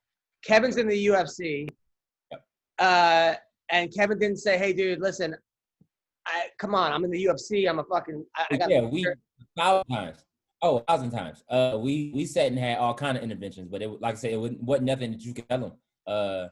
It wasn't like he was robbing check cash in stores, or he was like shooting people or nothing. It was like he was robbing little kids. Like, or If kids he's doing 2 years in prison or in jail, he obviously did some really fucked up shit. So he got sentenced to five to something. I can't remember, but like 5 to something. But he only has 2 years left. He went in when he was 18. So he went in when he was 18. He goes on parole, or possibility of probation in 2022. So we only got a couple more years. But it, like I said, when he gets out, he's like 6'3", 225 pounds, and he's only 20 years old. Is this why Kevin wanted Bernie to win so he gets out earlier? Oh God. Probably. Oh, But you're that's the going one you guys need to watch out for. You talk about Kevin, and you talk about me being athletic. He's a fucking athletic specimen. Like, wait, what's his name again? Cameron. We Any all got Cameron Lee, Sean McCorkle? Yeah. Doug, you know what, dude? I was thinking earlier when Keith was telling that story, a lot of people are going to say it's bullshit, him beating up an Olympic boxer. But, dude, I've seen that happen. Like, I've seen dudes coming off the street some dudes can just fight, man. Like, it's one of them things. And I submitted my jiu-jitsu teacher the first class. Of course, I weighed him by 150 pounds. But he's a Brazilian dude, real well known. And I'd never taken a jiu-jitsu class. I submitted him within the first 5 minutes we rolled with just Kimura that I'd seen, on TV or whatever. And he had to tap. And he said the first time he had been tapped in the United States. And then they saw me box the first time. They're like, how long have you been boxing? I was like, oh, it's my first time. They're like, no, really? I was like, really? I've never boxed before. They're like, you've never boxed before. And not that I was great or anything, but they just couldn't believe I hadn't done it before, watching me. So I would say if his brothers, and I have no reason to doubt he's lying, if his brother's everything he says he is, he could get good and get in there and get fast, man, get good really fast. It's if you're athletic enough, man, you can the same in any sport, you can jump several levels way faster than other people. So but you know what? Is he working out in prison? Yeah, he's huge. When he first went in, he was 6'1", I would say, or 6 foot flat, and he was only like 170 pounds, and he's gotten all the way up to like 220. Yeah, he's huge. Shang, thoughts about Cameron Lee's prison? No, I think that if he gets out and you guys really have to sit on him, I don't know if it'll work. But if we already set up a business for him. We already trying to set up a business. Like, I'm really starting to get big into social media. Actually, I'm gonna steal your clout and I'm gonna plug my TikTok, Keith_Lee125. I'm really starting to get big on social media and really starting to make investments and make smart decisions for the future. So by the time he does get out, we do have things set up for him, and we have avenues to where he don't have any kind of excuse to go out and do the same things he's doing. I love that, man. This is like, can I adopt him and be like the Blind Side? Or I take in a 22-year-old, 220 pound. Y'all would look like a lesbian couple, and he would be the man. How do I invest in him? It sounds like this guy's like, it'd be great if you could invest in fighters. You could because he's gonna come out of prison. If you could if they're like stocks, you're like, oh, I'm gonna get him. And that's slavery. Shut the fuck up with that. You invest in What can I invest in? Can you put him on the block? The fuck does that mean? The guy could be white. I don't care. I'm saying, if you know. I was like, you might know where I can get a Mandingo around here. I got to find out. No, that's not like you said. Can you invest in him? Yeah, I'm just saying, wouldn't it be kind of cool if someone's going to be a champion? You could own people. So you could put $10 on them. Wouldn't it be cool if you just own people and made them do shit? No. I'm not saying make them do anything. I know, man. I'm fucking with you. If you know a guy is going to be a fucking champion. Black man in prison. Look, if you know a company's gonna fucking take off, right? Dude, they were doing it. Remember, Johnny Hendricks was doing that. They gave Johnny Hendricks a salary of a certain amount a month, and then he just gave them his fight purses. Do you remember that? Yeah. Johnny Hendricks was with some guys that did that. They just paid him. I think they paid him like $200,000 a year, and they just take whatever he got. I just want to put $20 on Cameron Lee, and then watch it go like $5 million. Like these Bitcoin or something. Hard to get out of that one, now. I'm just saying. I'm saying the thing that's good is that you guys, because I know how I help my brothers out, and I helped my brother out because he went on a forced vacation from the government for a while, and I'm the one that got him out because of what I do. Luckily I was in a position comedy-wise where I could get him paid. But I'm saying at the same time, it's good that you set it up for him now, because I'm telling you right now, when he get out, a lot of times you're looking for shit to do. You're looking for shit to do, and if you give somebody something to land on and maybe take him down to the gym now that he's a fucking monster, maybe focus that bullshit into something that's good. Does that make sense what I'm saying? Focus that energy and that I beat people's ass. Well, beat people's ass for money. Yeah, but poor Kevin. He gets out of Detroit, okay? He goes to Vegas. He gets the title. Nobody will invest in him. And then you guys fucking follow him around you and your brother, and you're robbing people, and they're probably like, yo, Kevin, your brother robbed me today. Fuck, and then he's got to deal with that shit? Like, was that part of, like, what was distracting for him? I wouldn't say it was distracting because for the most part, Cameron would do shit on his own, and most people didn't know who his brother was. Like, you got to think about it. He was robbing 16-year-old kids. Most people don't know exactly what Kevin is. They just know that he a professional fighter. And they just know that. People's lockers at the gym, all of a sudden, like, you go back, your lockers are all rated, and it's like, it's he was never doing it at the gym. He never do it at the gym. Yeah. Oh, that's funny.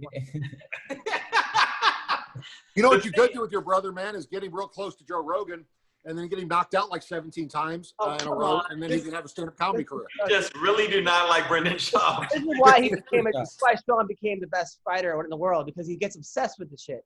He got a fellow with Brendan Schaub. But the thing that's good for you now, I think the thing that's good for you now is you're level-headed about it. And even though you took a loss, I think you took it. Some people take a loss and they're fucked up forever. Does that make sense? What I'm saying? And some people take a loss and go, you know what? Okay. Now I got to get on. I got to really get on it. I see fighters that I like. And Adam, you know, we like some. Now we're talking to a horse. I know we're talking to a painting of a horse, which is a good painting. Like, don't you see some fighters that I've seen lose, and then they come back and they're 10 times better because that loss kind of. Oh, 1,000%. I mean, definitely not Sean, but yeah, that happens. That happens all the time. I think I can honestly say I don't think that I've taken a loss in my career. I feel like I've taken lessons. Like, everything that happens is for a reason, and if it's only a loss if you don't take anything from it. If you make excuses and you say, "Oh, this happened because I had a bad day," or "I didn't feel good," or shit like that, like, that's when it's a loss. Or if you make excuses like "my leg was hurt, my foot was hurt," we all have injuries, bro. It's like, it's only a loss if you don't learn something from it, and I feel like I've learned. Now your wife, is your wife white, black, Mexican, Puerto Rican? She's black? Yeah. All right. She's got to be black? Black Lives Matter, bro. Yeah.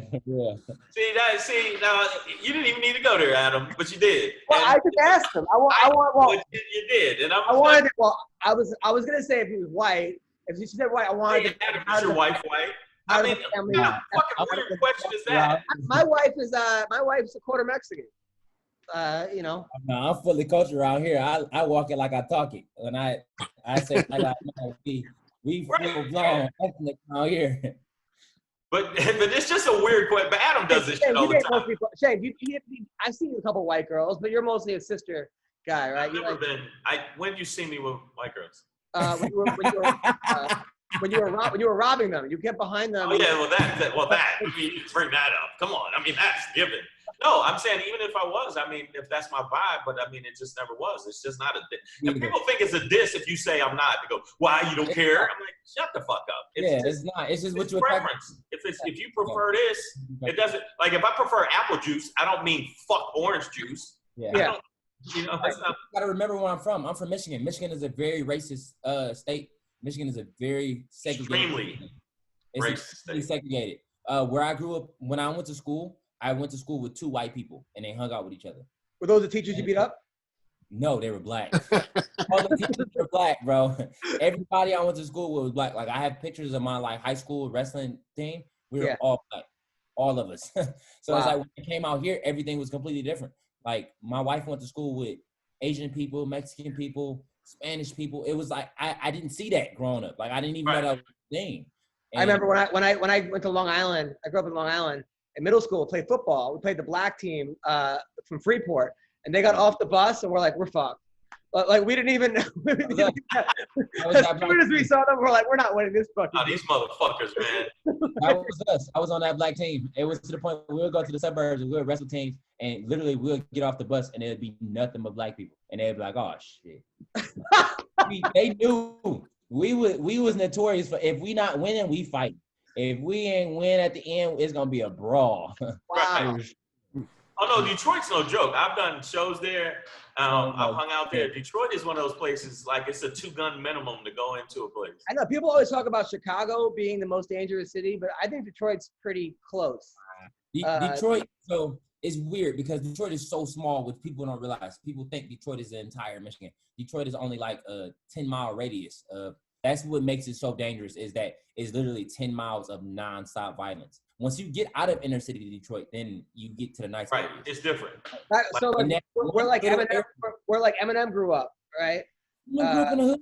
Don't get it grew up in confused. Eminem grew up in the hood. He grew up on 8 Mile. 8 Mile is still kind of the hood, like on certain areas. But no, Eminem grew up in the hood. Like when you get to the east side, like that's where you don't go unless you know somebody. Like it's like funny. the worst. This guy Brandon T. Jackson was like, "Hey, you want to buy some houses in Detroit?" And they were like houses for like $15. I'm not kidding. It was like $300 a house. So I hit up Kevin, your brother. I go, "Should I buy these houses?" He goes, "Are you out of your fucking mind?" He's like, "You buy these houses, they're gonna be squatters. Like this house." You did not want to buy these. He's like, Adam, you can't buy houses like you do people. Come on, man. Yeah, Adam, we already know that. Like you can't buy houses like you do. Watch into that joke. Come on, right in your forehead. No, okay. Like I'll give you an example. The reason even when I watch, like I've been watching a lot of Bellator fights lately. Even though Machida, that one was awful. Come on, it was a snooze fest. For real, it really was. He was on the card. He was on the same card. I know. I'm saying. To me, it's like, but Bellator really does nurture fighters, I think, in a better way than the UFC. The UFC and they build you up to a point when you start winning. They build you up to a point where you become a draw and whatever else. When the UFC, sometimes I think they throw you to the sharks a little too quick. I'm not dissing the UFC. There's great fighters there, but I just feel like, let me get a couple fights under my belt before I fight a top 15 dude. Like, it's just. One thing I can say about Bellator is that they definitely more personable.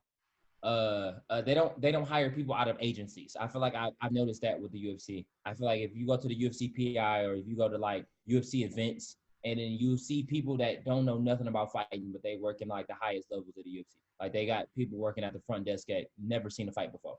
They got people working in relations that, like the strength and conditioning guys. Like at first they had no idea what they just were like straight strength and conditioning guys. With Bellator, everybody that I ran into during fight week at least knew about fighting.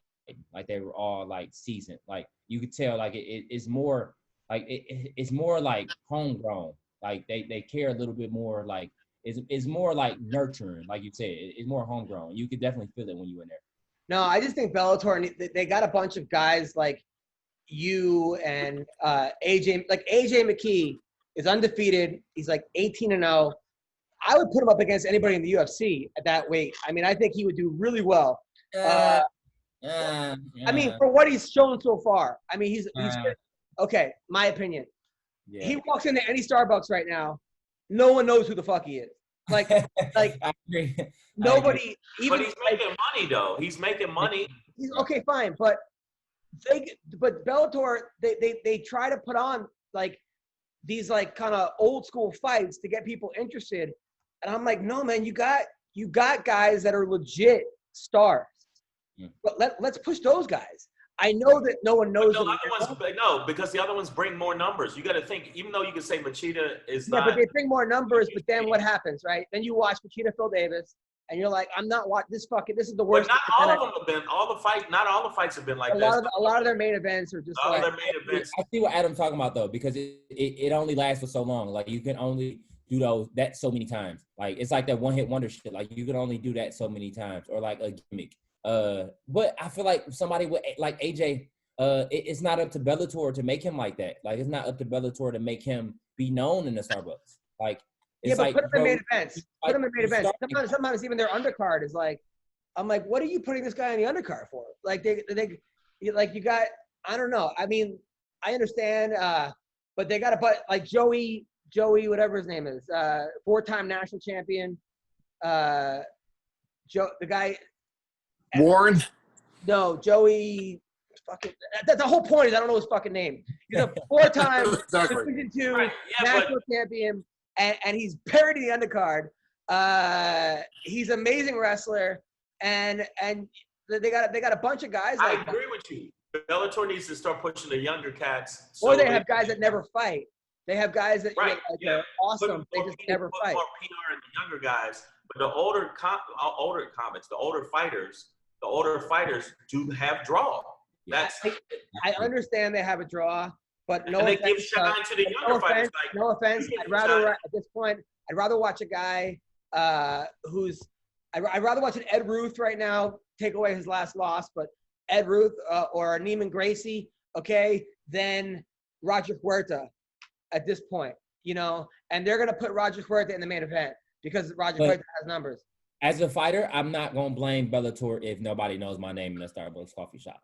I feel like that's all in time. That's all the time. If nobody knows AJ McKee can really fucking fight. It's a promotion. It's the they're supposed to promote. You're the fighter.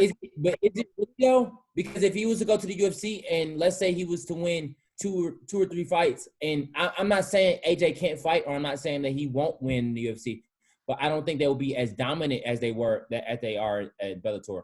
And it's like, I don't think people will know his name, even if he went to the UFC and he got 2 or 3 fights. It's just like, that's just and it's not even saying nothing bad about AJ. It's just the truth of the matter. They might, but I don't think it's guaranteed. It's definitely not guaranteed that as soon as you go to the UFC, people know who you are. And you could win fights in the UFC and still be like walking to Starbucks and not people know. That's my point. That's my point. So it's not like, so you can't. Joey Davis. Joey Davis is the guy's name. Right, you know, though, Bellator, man, is owned by Viacom, too, so they really should extend some kind of opportunities to guys outside of MMA. Like, Viacom owns, what, MTV, CBS. They could surely put those guys on something, put them on TV doing something. Dude, they're going to CBS Sports. It's like, I don't even understand that thing. CBS, if they go to CBS. Look for sponsors. I've never understood that. I think it's because I'm black. I never understood that. I have 0 sponsors.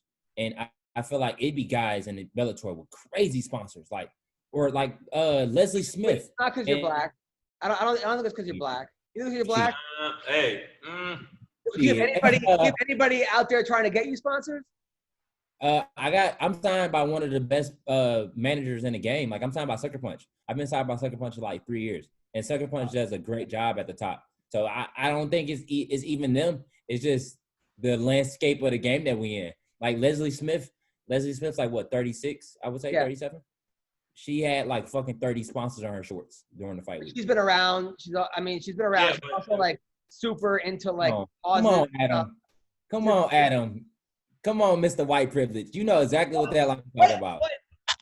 There are plenty of black people that have sponsors as well. I don't think it's a thing. Dude, I'll say this, dude. I came from the UFC into Bellator, and I didn't get one sponsor.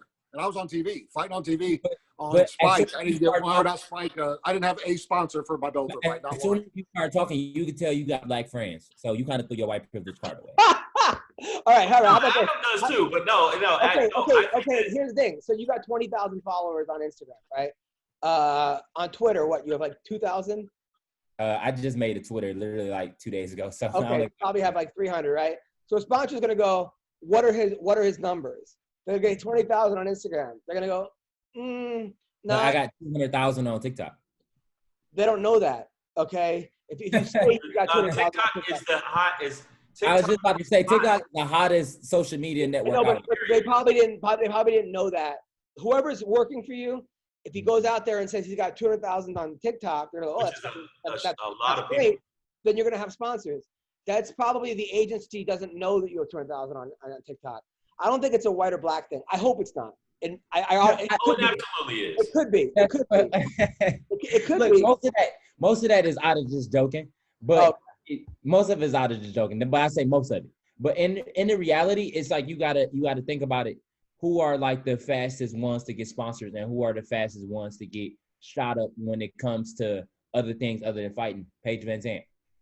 Yeah, Paige Van Zandt has 1 million followers. Like, why does Paige Van Zandt have 1 million followers? Because guys like to jerk off. Okay, and what about Sage Northcutt? About her fighting though. Explain Sage Northcutt, Adam. Guys like to jerk off too. Very good. I'm like, Adam. That was no, but I think it, like, we were having. Somebody explain Brittany Schaub to me. Brittany Schaub likes to jerk off. Okay, so he just does a jerk off. No, it is about black and white a lot of times, Adam. But what I'm saying is, it should be like, I'm a purist, and it should be about the fighter, like how you do it. 1,000%. But look, Greg Rogel is one of my favorite comics. Okay, he's a fucking brilliant writer. Brilliant. He's got 1,200 followers on fucking whatever. Like, people are gonna not give him money. As much as it sucks. Look, Rachel Ostovich. I love Rachel Ostovich, but she's 4-5. She's 4-5 in MMA, and she's got another UFC fight coming. She's lost her last 3. Okay, right? People love her. And this is coming from somebody that's very attractive. And that's not even from a cocky standpoint, but people watch her. Do I think it's right? No. No, it's not right. That's what I'm saying. That's my entire point. There's spots. There's people that get sponsors. But I also think that also people have to understand, and it sucks. Life isn't fair. Okay? Agreed. Life isn't fair, and I feel like that's a lot of problem with like younger people is that they want everything to be fair. And unfortunately, it's not fair. But the reason I'm gonna tell you right now. The girl that you like in high school. Okay, you could be the best looking, you could be the fucking best grades, you could be nice to her. She might not want to fuck you. She might want to fuck the dirtbag at 7-Eleven who's got nothing going for him. It's not fair. It's not fair. At the same time. I was both of those at the exact same time. Right. What was that? The reason I give props to fighters is because he always makes fun because when I did it, he said that the gloves were made of like wood. I fought a long time ago. There's no video of him actually doing it too. Yeah, I know. I'm saying I can go, but what I'm saying is I didn't have that in me afterwards. It's after the fight where I'm in a fucking tub for like 3 days and my hands hurt, my fucking eyes hurt, everything hurts, and even when you win, I'm hurt. What does that do with Paige Van Zandt? Of the hurt, you're constantly hurt. We're talking about Paige Van Zandt right now. What I'm saying is, Paige Van Zandt. All of a sudden, you're in a tub.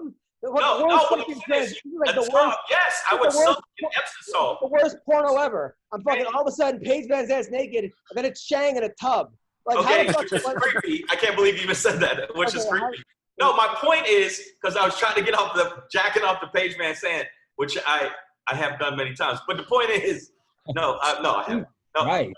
No, I'm saying is I think that if Bellator or the UFC and Sean, you know what I'm talking about. If they focused on just that side of it, they still would be popular.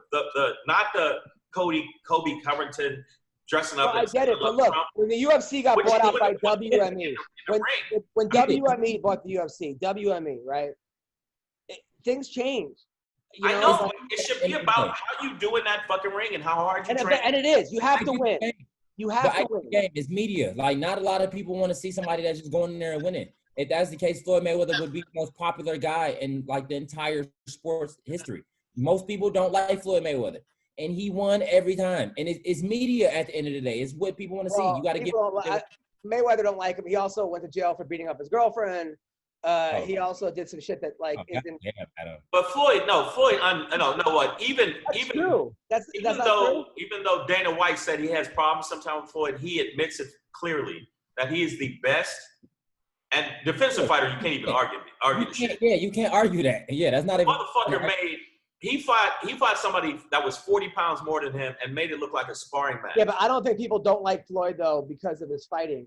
I think it's some of the stuff outside of fighting. The outside? Oh, you think the outside ring? That's what I think's happening with Mike Perry. I think Mike Perry is fucking up because he's doing so much weird shit that they're not going to focus on his fighting. And I think you got to balance it. You still got to be a cool motherfucker, be cool in interviews, whatever else.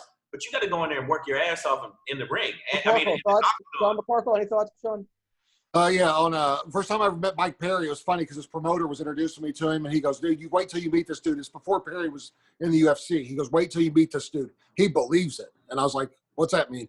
And he goes, he believes it. Like, trust me. I was like, believes it.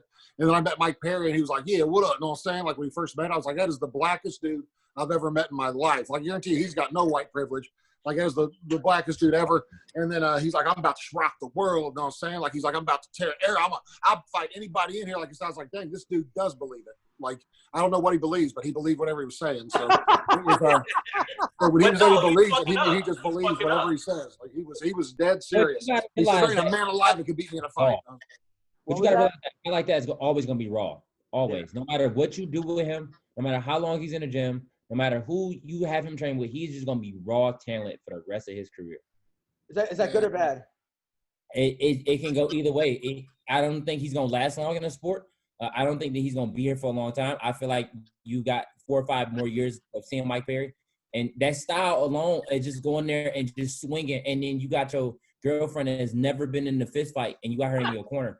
That don't last long, bro. That's not longevity. That's not longevity in this sport. What's it like over at Extreme Couture? Say it again. How's the Extreme Couture doing for you? It's pretty good. I'm actually about to go over there in the next hour. So yeah, it's pretty good. I'm already back to training. I want to go back sooner, but I got headbutted. So I was like, all right, let me rest a little bit. This is the worst part. I hate resting. So I was like, let me. Is Ray Cephos still over there or not? Yeah, he's still over there. I love Ray, man. That dude he can box. That dude is something else, man. Yeah, he is specimen. But yeah, I honestly, I think this whole game is about media. And like you said, it's not about what you can do. Even though as much as you want it to be, it's not like. I know. I'm fucking up when it comes to that, but I really still think like that. But it's like, even when I was saying the whole black privilege thing, it's like, in reality, that's not the full. Like, I'm not one of the people that be like, oh, I'm oppressed and I got nothing. Like, my mom's white, bro. So it's like I can't really use that card even if I wanted to. Like, my mom's Adam's complexion. Well, she's more Shang complexion. She's like Shang complexion. I'm high yellow. Yeah. Yeah, she like a little spicy white. Like she Adam just straight white. She a little spicy white.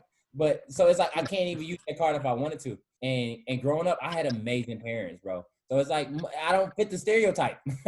I don't fit the stereotype of black. But if you look at me, I do. If you look at me and you first like you imagine that I do until you start talking to me and you realize I don't. So I mean, it's just one of those things. I use it as a joke, but at the same time, I feel like it's a lot easier for guys with blue eyes and sandy blonde hair to get immediate first impressions and get immediate first. That's the world. Yeah, no, I agree with you. That's the world. I just think, and me and Adam are on the same page. I just feel like I've always loved fighting from the standpoint of that side of it. But sometimes when you do all this, like to me, Kobe does corny shit. It makes me go, you don't need to do that. You're a good fucking fighter. And just let that show for you. But I know that's not how it is, but that should show for you. The reason, don't get me wrong, Conor McGregor can fight. That motherfucker can throw hands. Yeah. And he used the Floyd Mayweather, Muhammad Ali shit-talking technique to get in there even more. Where would Kobe Covington be if he didn't talk shit? That's what I was trying to explain to him. I know you're right. I think eventually, if he kept winning, he would get to where it would. Right. It would have taken him 4 or 5 more fights. Hell no. Really? Kobe would be in ONE FC right now if he didn't call Brazil a bunch of filthy animals. Even if he kept winning, though. For sure. If he kept winning the way he was winning, because he wasn't losing that bad. He lost like 1 fight before he started talking like that. He had like an impressive record. Like he only had like 1 or 2 he lost to Warley Alves. That was the only guy he lost to. Yeah, so it's like you can't say that because he was on the verge of getting cut and he was on a winning streak. Yeah. It's so stupid to me. Now, which I think is wrong. I mean, that's according to him. Now, who do you think wins this weekend, Colby or Woodley? See, this is like I said, Black Lives Matter. I be so bad. In reality, I want so bad for Woodley to come out and fight like Woodley. But after that Burns fight, I was so disappointed. I don't even think disappointment is the word. Who's your mom rooting for? You said what? Who's your mom rooting for? No, I'm kidding. Woodley. No, the reason I want Woodley to win is I want Woodley to win because I think that he needs to get back to the old Woodley. And if he does that, because I was a fan of his before, I'm still a fan. Okay, hold on. Okay, so sorry to interrupt you, Shang. We went over this for 49 minutes. So, Keith, who do you think's going to win? I think's going to win? Kobe. How? Damn. Same way he's going to win. 5 round running and stick and moving? Yeah. You got to realize a generic version of Usman. Kobe is mirrored Usman, but he just don't have the athleticism. He don't have the tenacity, but he has everything else. It's like in that style poses a lot for Tyrone because I think it's gonna make Tyrone get in his head as soon as Kobe comes forward and he's throwing it. They don't even have to be power. He's gonna throw a bunch of like filler punches and he's gonna shoot and he just gonna throw a bunch of filler punches against the cage and it's gonna make Tyrone think and it's gonna make him really just get back in his shell. And as soon as Tyrone's in the shell, he's fucking useless. Like, Now, do filler punches hurt though? Say it again. Do filler punches hurt? They hurt your ego. They hurt to get hit 10 times in front of your family, in front of your mom and dad, even if they don't hurt. If you get hit 10 times and they little smacks, they still hurt your ego. So it make you feel like you're doing way worse than you actually doing. Because if you go back and watch Kobe when he fought RDA, he wasn't throwing no kind of like real power. He just was touching them, and he just was getting in his head. And sometimes those hurt more than actual power punches. Wow. Yeah, but Woodley again, I've seen, and Woodley punches like a fucking. Okay. Yeah, you're right. Keith, where can people follow you, Keith? My wife might be going to labor, so Keith _D125 on all social media platforms. His wife couldn't take the podcast. She's like, "Fuck this! I'm going to labor." She said she couldn't, so I gotta go. I see you guys. Man, thank you. Pleasure meeting you. Thank you. Name him All out. right, buddy. All right. No, Adam, I agree with you 9 out of 10 times. You know I do. Yes. And in comedy wise, because I didn't know you felt that way. You're like, damn, I do all these shows, and this TikTok guy goes to the improv, and I never knew you because that's the first time you said that shit. But I kind of start thinking like, man, I'm starting to feel like Adam because I feel like that way sometimes about like, why is this guy who I know couldn't do an hour getting this opportunity? And I feel that way like with fighters. I really do think it should be about you. You got to be exciting. I agree with that. But if you're a good wrestler and it's a great wrestling grappling match, I think that's just as exciting. It is for me and for you and some diehard fans and most of the fans. The problem is they don't. The problem is it's still a business, and they look at numbers. I mean, they look at numbers and they go, Rachel Ostovich gets 4 million people that watch her fights every time she fights, right? Let's say, I don't know, Rico von Herrickson is from Brazil, gets 300,000 people. Who are we going to put on prime time? You're right. You're right. To a point. They're not going to put Oprah Winfrey versus whatever, but there was a reason they let CM Punk. But I heard Oprah Winfrey is very. I mean, CM Punk would never have been, and they wouldn't have put him on the Lakers. They wouldn't have put him on the Mets. They wouldn't have put him in the U.S. Open in tennis, but they put him in MMA. I thought that was a joke, though. You don't think that was a joke? No, it's not a joke. What? They knew he would sell. I think they sold 800,000 pay-per-views with him on the card, so I think that was like why. They knew he was adding several $1 million to their viewers. They gave him a fight in the UFC. It's not a joke. 2 fights. I don't know. I just was like, he shouldn't. And then, especially after you watch the fight, go, you really shouldn't be here. No, of course not. But I mean, look, I understand both sides to it. CM Punk also is like he said, is bringing another 2 million people watching it. So that's going to help. I agree. It's going to help everybody else on the card. That's true. Okay, so from that standpoint, that's a good point. If it brings eyeballs to these other guys that are talented, then that's a good thing. He's also not taking away anyone else's spot, really. Because it's not like there's enough fights out there. They're not going to be like, CM Punk is taking the spot of this guy. They'll just add another fight to the card. So. But I looked at some footage of Sean, and I'm telling you right now, I knew you were big, but I didn't know you were that fucking big. Yeah. You are like, I'm 6'2", so. Right. I'm right at 6'7" or so. So. Yeah.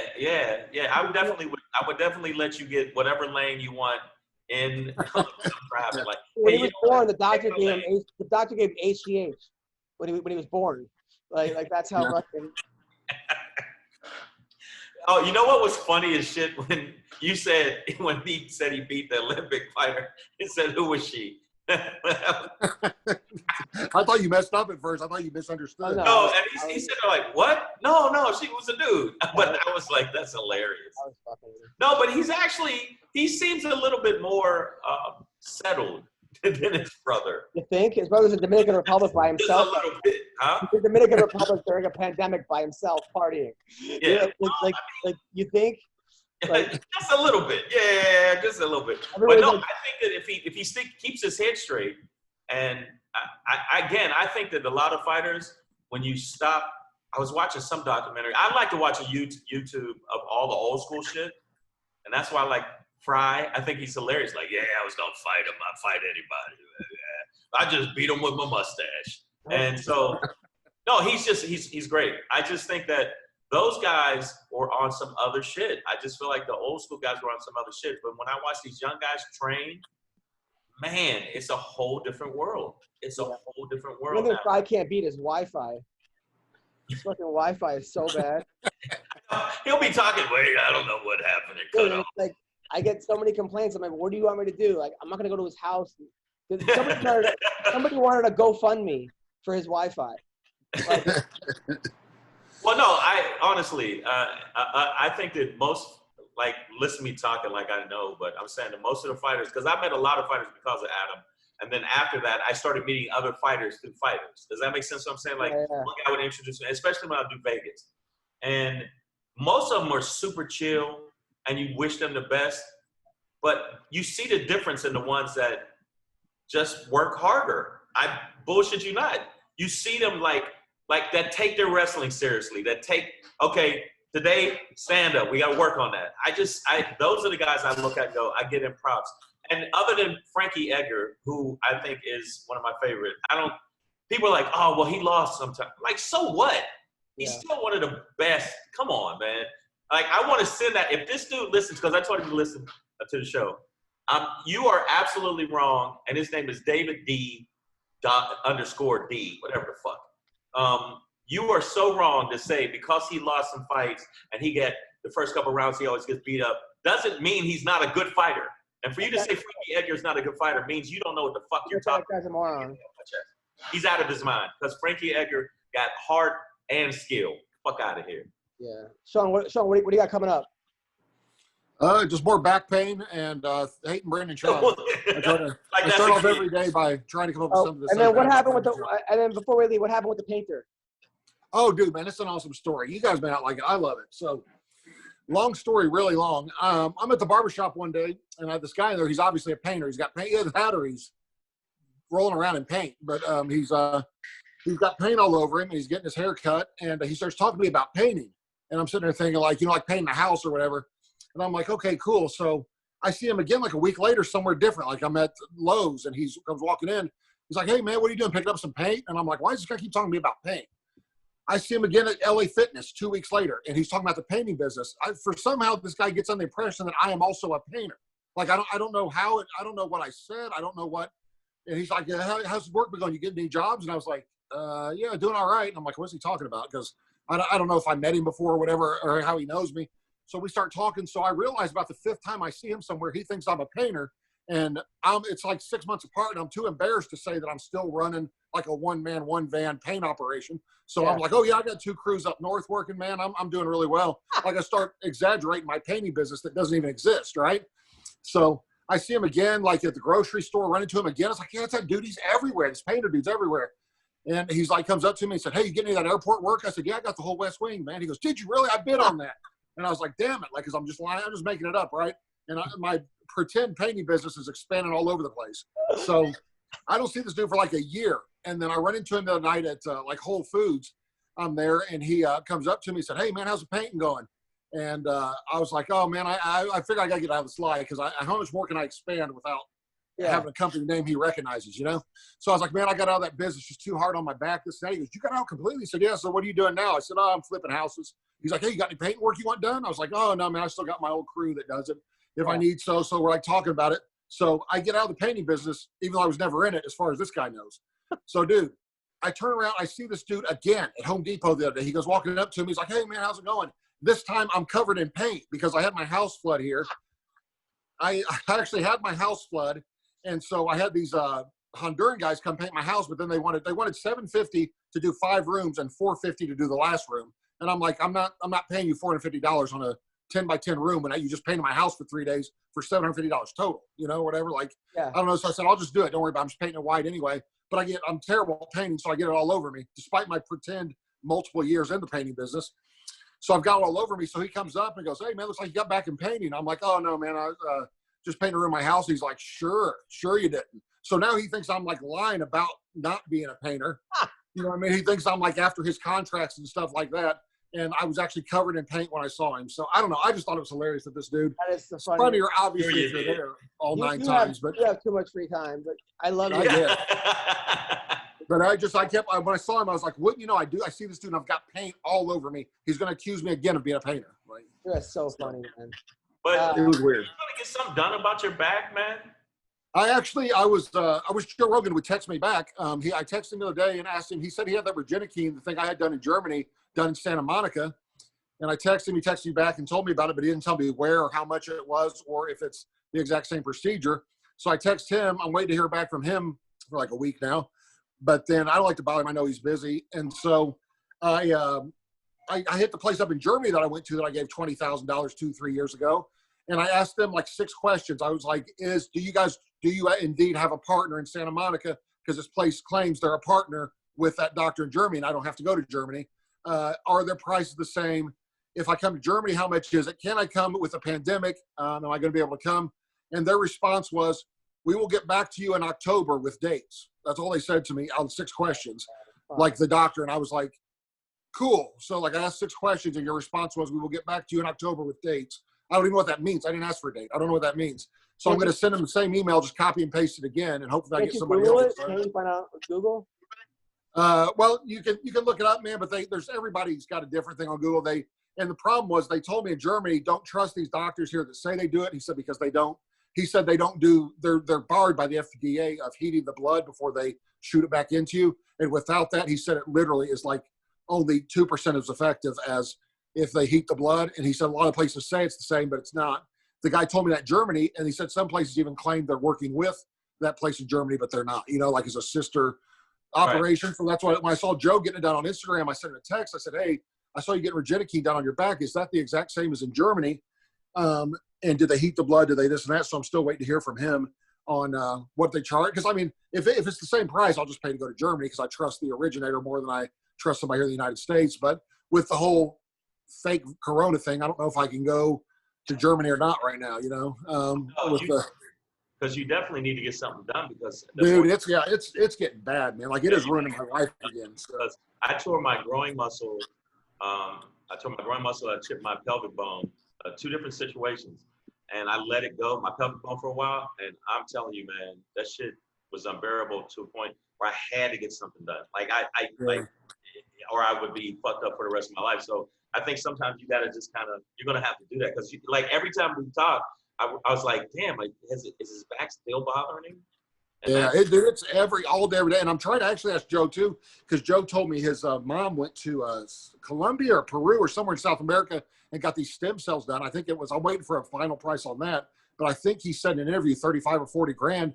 But he said his mom went from not being able to get out of a chair to walking 3 miles a day. She's 82 years old. And that stem cell stuff supposedly fixes everything on your back, not just, So I wanted to actually try to get both of them done if I don't know, maybe I'll hit up Keith's brother and we'll go rob a bank or something and pay for it. So, I don't know, man. It gets pricey. Yeah, but I don't even mind, dude. 35 grand, like I can do that. That's cool if I have to. But I would like a guarantee that it works. You know what I mean? Like if I just get it done and it doesn't work, it's like I was going to have long story short, I checked in to get a procedure done one time and they said, it's $18,000. I was like, okay, and if it works, then what if it doesn't work? They're like, just another 18 to try it again. I'm like, so there's no guarantee at all. Like if it doesn't work, I can try it again and pay you the exact same amount. You know what I mean? Like what kind of business is it where you can no guarantees and you just man, I went and got some cortisone shots. The cortisone shots work great for me though. Yeah, they don't work. I've had actually 58 different shots into my back. The cortisone I've had. That was just by Brendan Shaw. What's that? That was just by Brendan Shaw pulling out. Right, yeah. That's I actually hurt my back the last time trying to hang myself after watching Schaub specials. So. You know what? You made me watch I watched some of his special because I was like, man, he goes in on him. And then I went, you know what? Sean is right. Yeah, dude, his special is so bad. It is so bad that I actually started feeling sorry for him at one point. Like at one point, I started thinking, man, this is really bad. Like it was. I tried to send Adam clips of it, and he refuses to watch it. It actually got released in China about a year ago, and some guy was so pissed he ate a bat, and it started this whole fucking thing. And fucked us all up. That's how. When are you doing your special, Adam? When are you gonna do it? November 4th. Man, that is super chill, man. That's good stuff. Thank you. So Shang, what do you have coming up? Man, I'm gonna be doing this show with it's Mello. Sarah Mello has a show with where you do all these screens around. I forget the name of the show. Yeah, well, you seen the one I'm talking about with all the screens? Yeah. I got that show coming up, and then I'm gonna do like 2 more Zoom shows like that they're set up, and then I'm gonna talk to Godfrey about us doing a Zoom show. Shang, did you have a part? When I looked you up, man, online, there's a picture of you. Were you in a real famous movie, like a part or something? Because when I saw it, I was like, I know that dude. Like, it doesn't look like it looks completely different, but you're usually wearing a hat or whatever now. But I saw a picture of you online, and I was like, that dude is in. I've been in I've had little parts in big shit, but like. What was the most famous movie you were in? Because I know I've seen you in something. 2 Girls, 1 Cup. Oh, God. Wolf. Wolf with Jack Nicholson? Yeah. What were you, the wolf? That'd be all. No, I wasn't even fucking. He was the guy in the back going, "Why is the wolf gotta be black?" Yeah. You know why he's a wolf? White privilege. I'm like, come on. Yeah. That's the only reason he got to become. That was weird. Even I went. Come on, dude. You were in the 50 Cent movie, right? No. Were you in Get Rich, Die Trying? No. Fuck. Really? No. I'd say TV wise, Heroes. I've done a bunch of weird. The Jamie Foxx show. No, I've done like the dramatic wise. I'd say those. I've done a bunch of like independents. But I'm telling you right now, man. Comedy wise, I think the online specials is the way to go, man. There's nothing else. Like live, comedy-wise live, is just stilted. It's fucked up. So I'm hoping that, because I already had a couple things coming up, and I'm doing a thing with Amazon, so I got that coming up, but Laughter After Dark. So I got that coming up. I'm going to be doing on the 22nd. I do that on the 22nd of this month. Shang was in, by the way, so October 1st to the 4th, I will be in Minnesota at the House of Comedy. I saw that. That's good stuff, man. So Shang, you were in The Game, the TV series, CSI, Crime Scene. You were in The Good, the Bad, and Dominatrix. You were a cab driver in that. You were also in The Secret Life of Zach and Cody. You were a security guard. Oh, come on. Don't read it. Come on. You were in NCIS. No. Stop. Yes, Zach and Cody, because my son, I was a hero at my son's school because I was in Zach and Cody.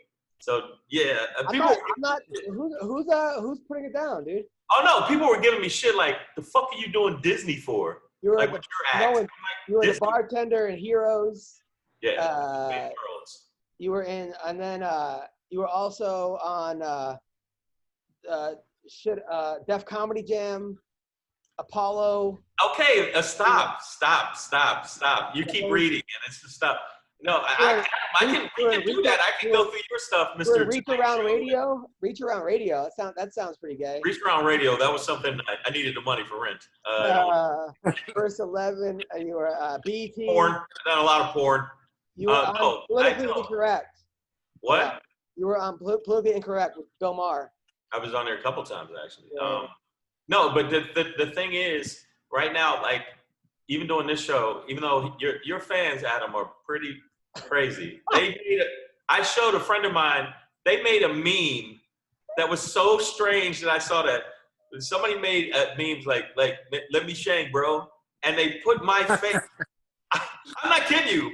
You can look it up on Twitter. They put my face on that. What's his name? Jamie. By the way, shout out to Hector Lombard, who won in 1 round knockout over Kendall Grove. In bare knuckle boxing, and then he called you out, Shang, from the ring. Well, you tell him anytime, any place. Yeah, bare knuckle boxing. Run from you, man. He won in 1 round in bare knuckle boxing in Kendall. Yeah, but bare knuckle boxing is just, it's not gonna. It's big. I mean, it's serious. Don't get me wrong. I just watch it and go, "What's next?" Sword fighting. Come on. It's headed there, man. It's headed there. You think it's Sean? I think it's going. I think we're going back to gladiator days. I mean, next thing you know, you're going to have girls fighting in their underwear with pillows. No, what are we doing? Anyway, listen. Thank you guys so much. Have a great week. You guys are the best. Have a great week, you guys. Be safe.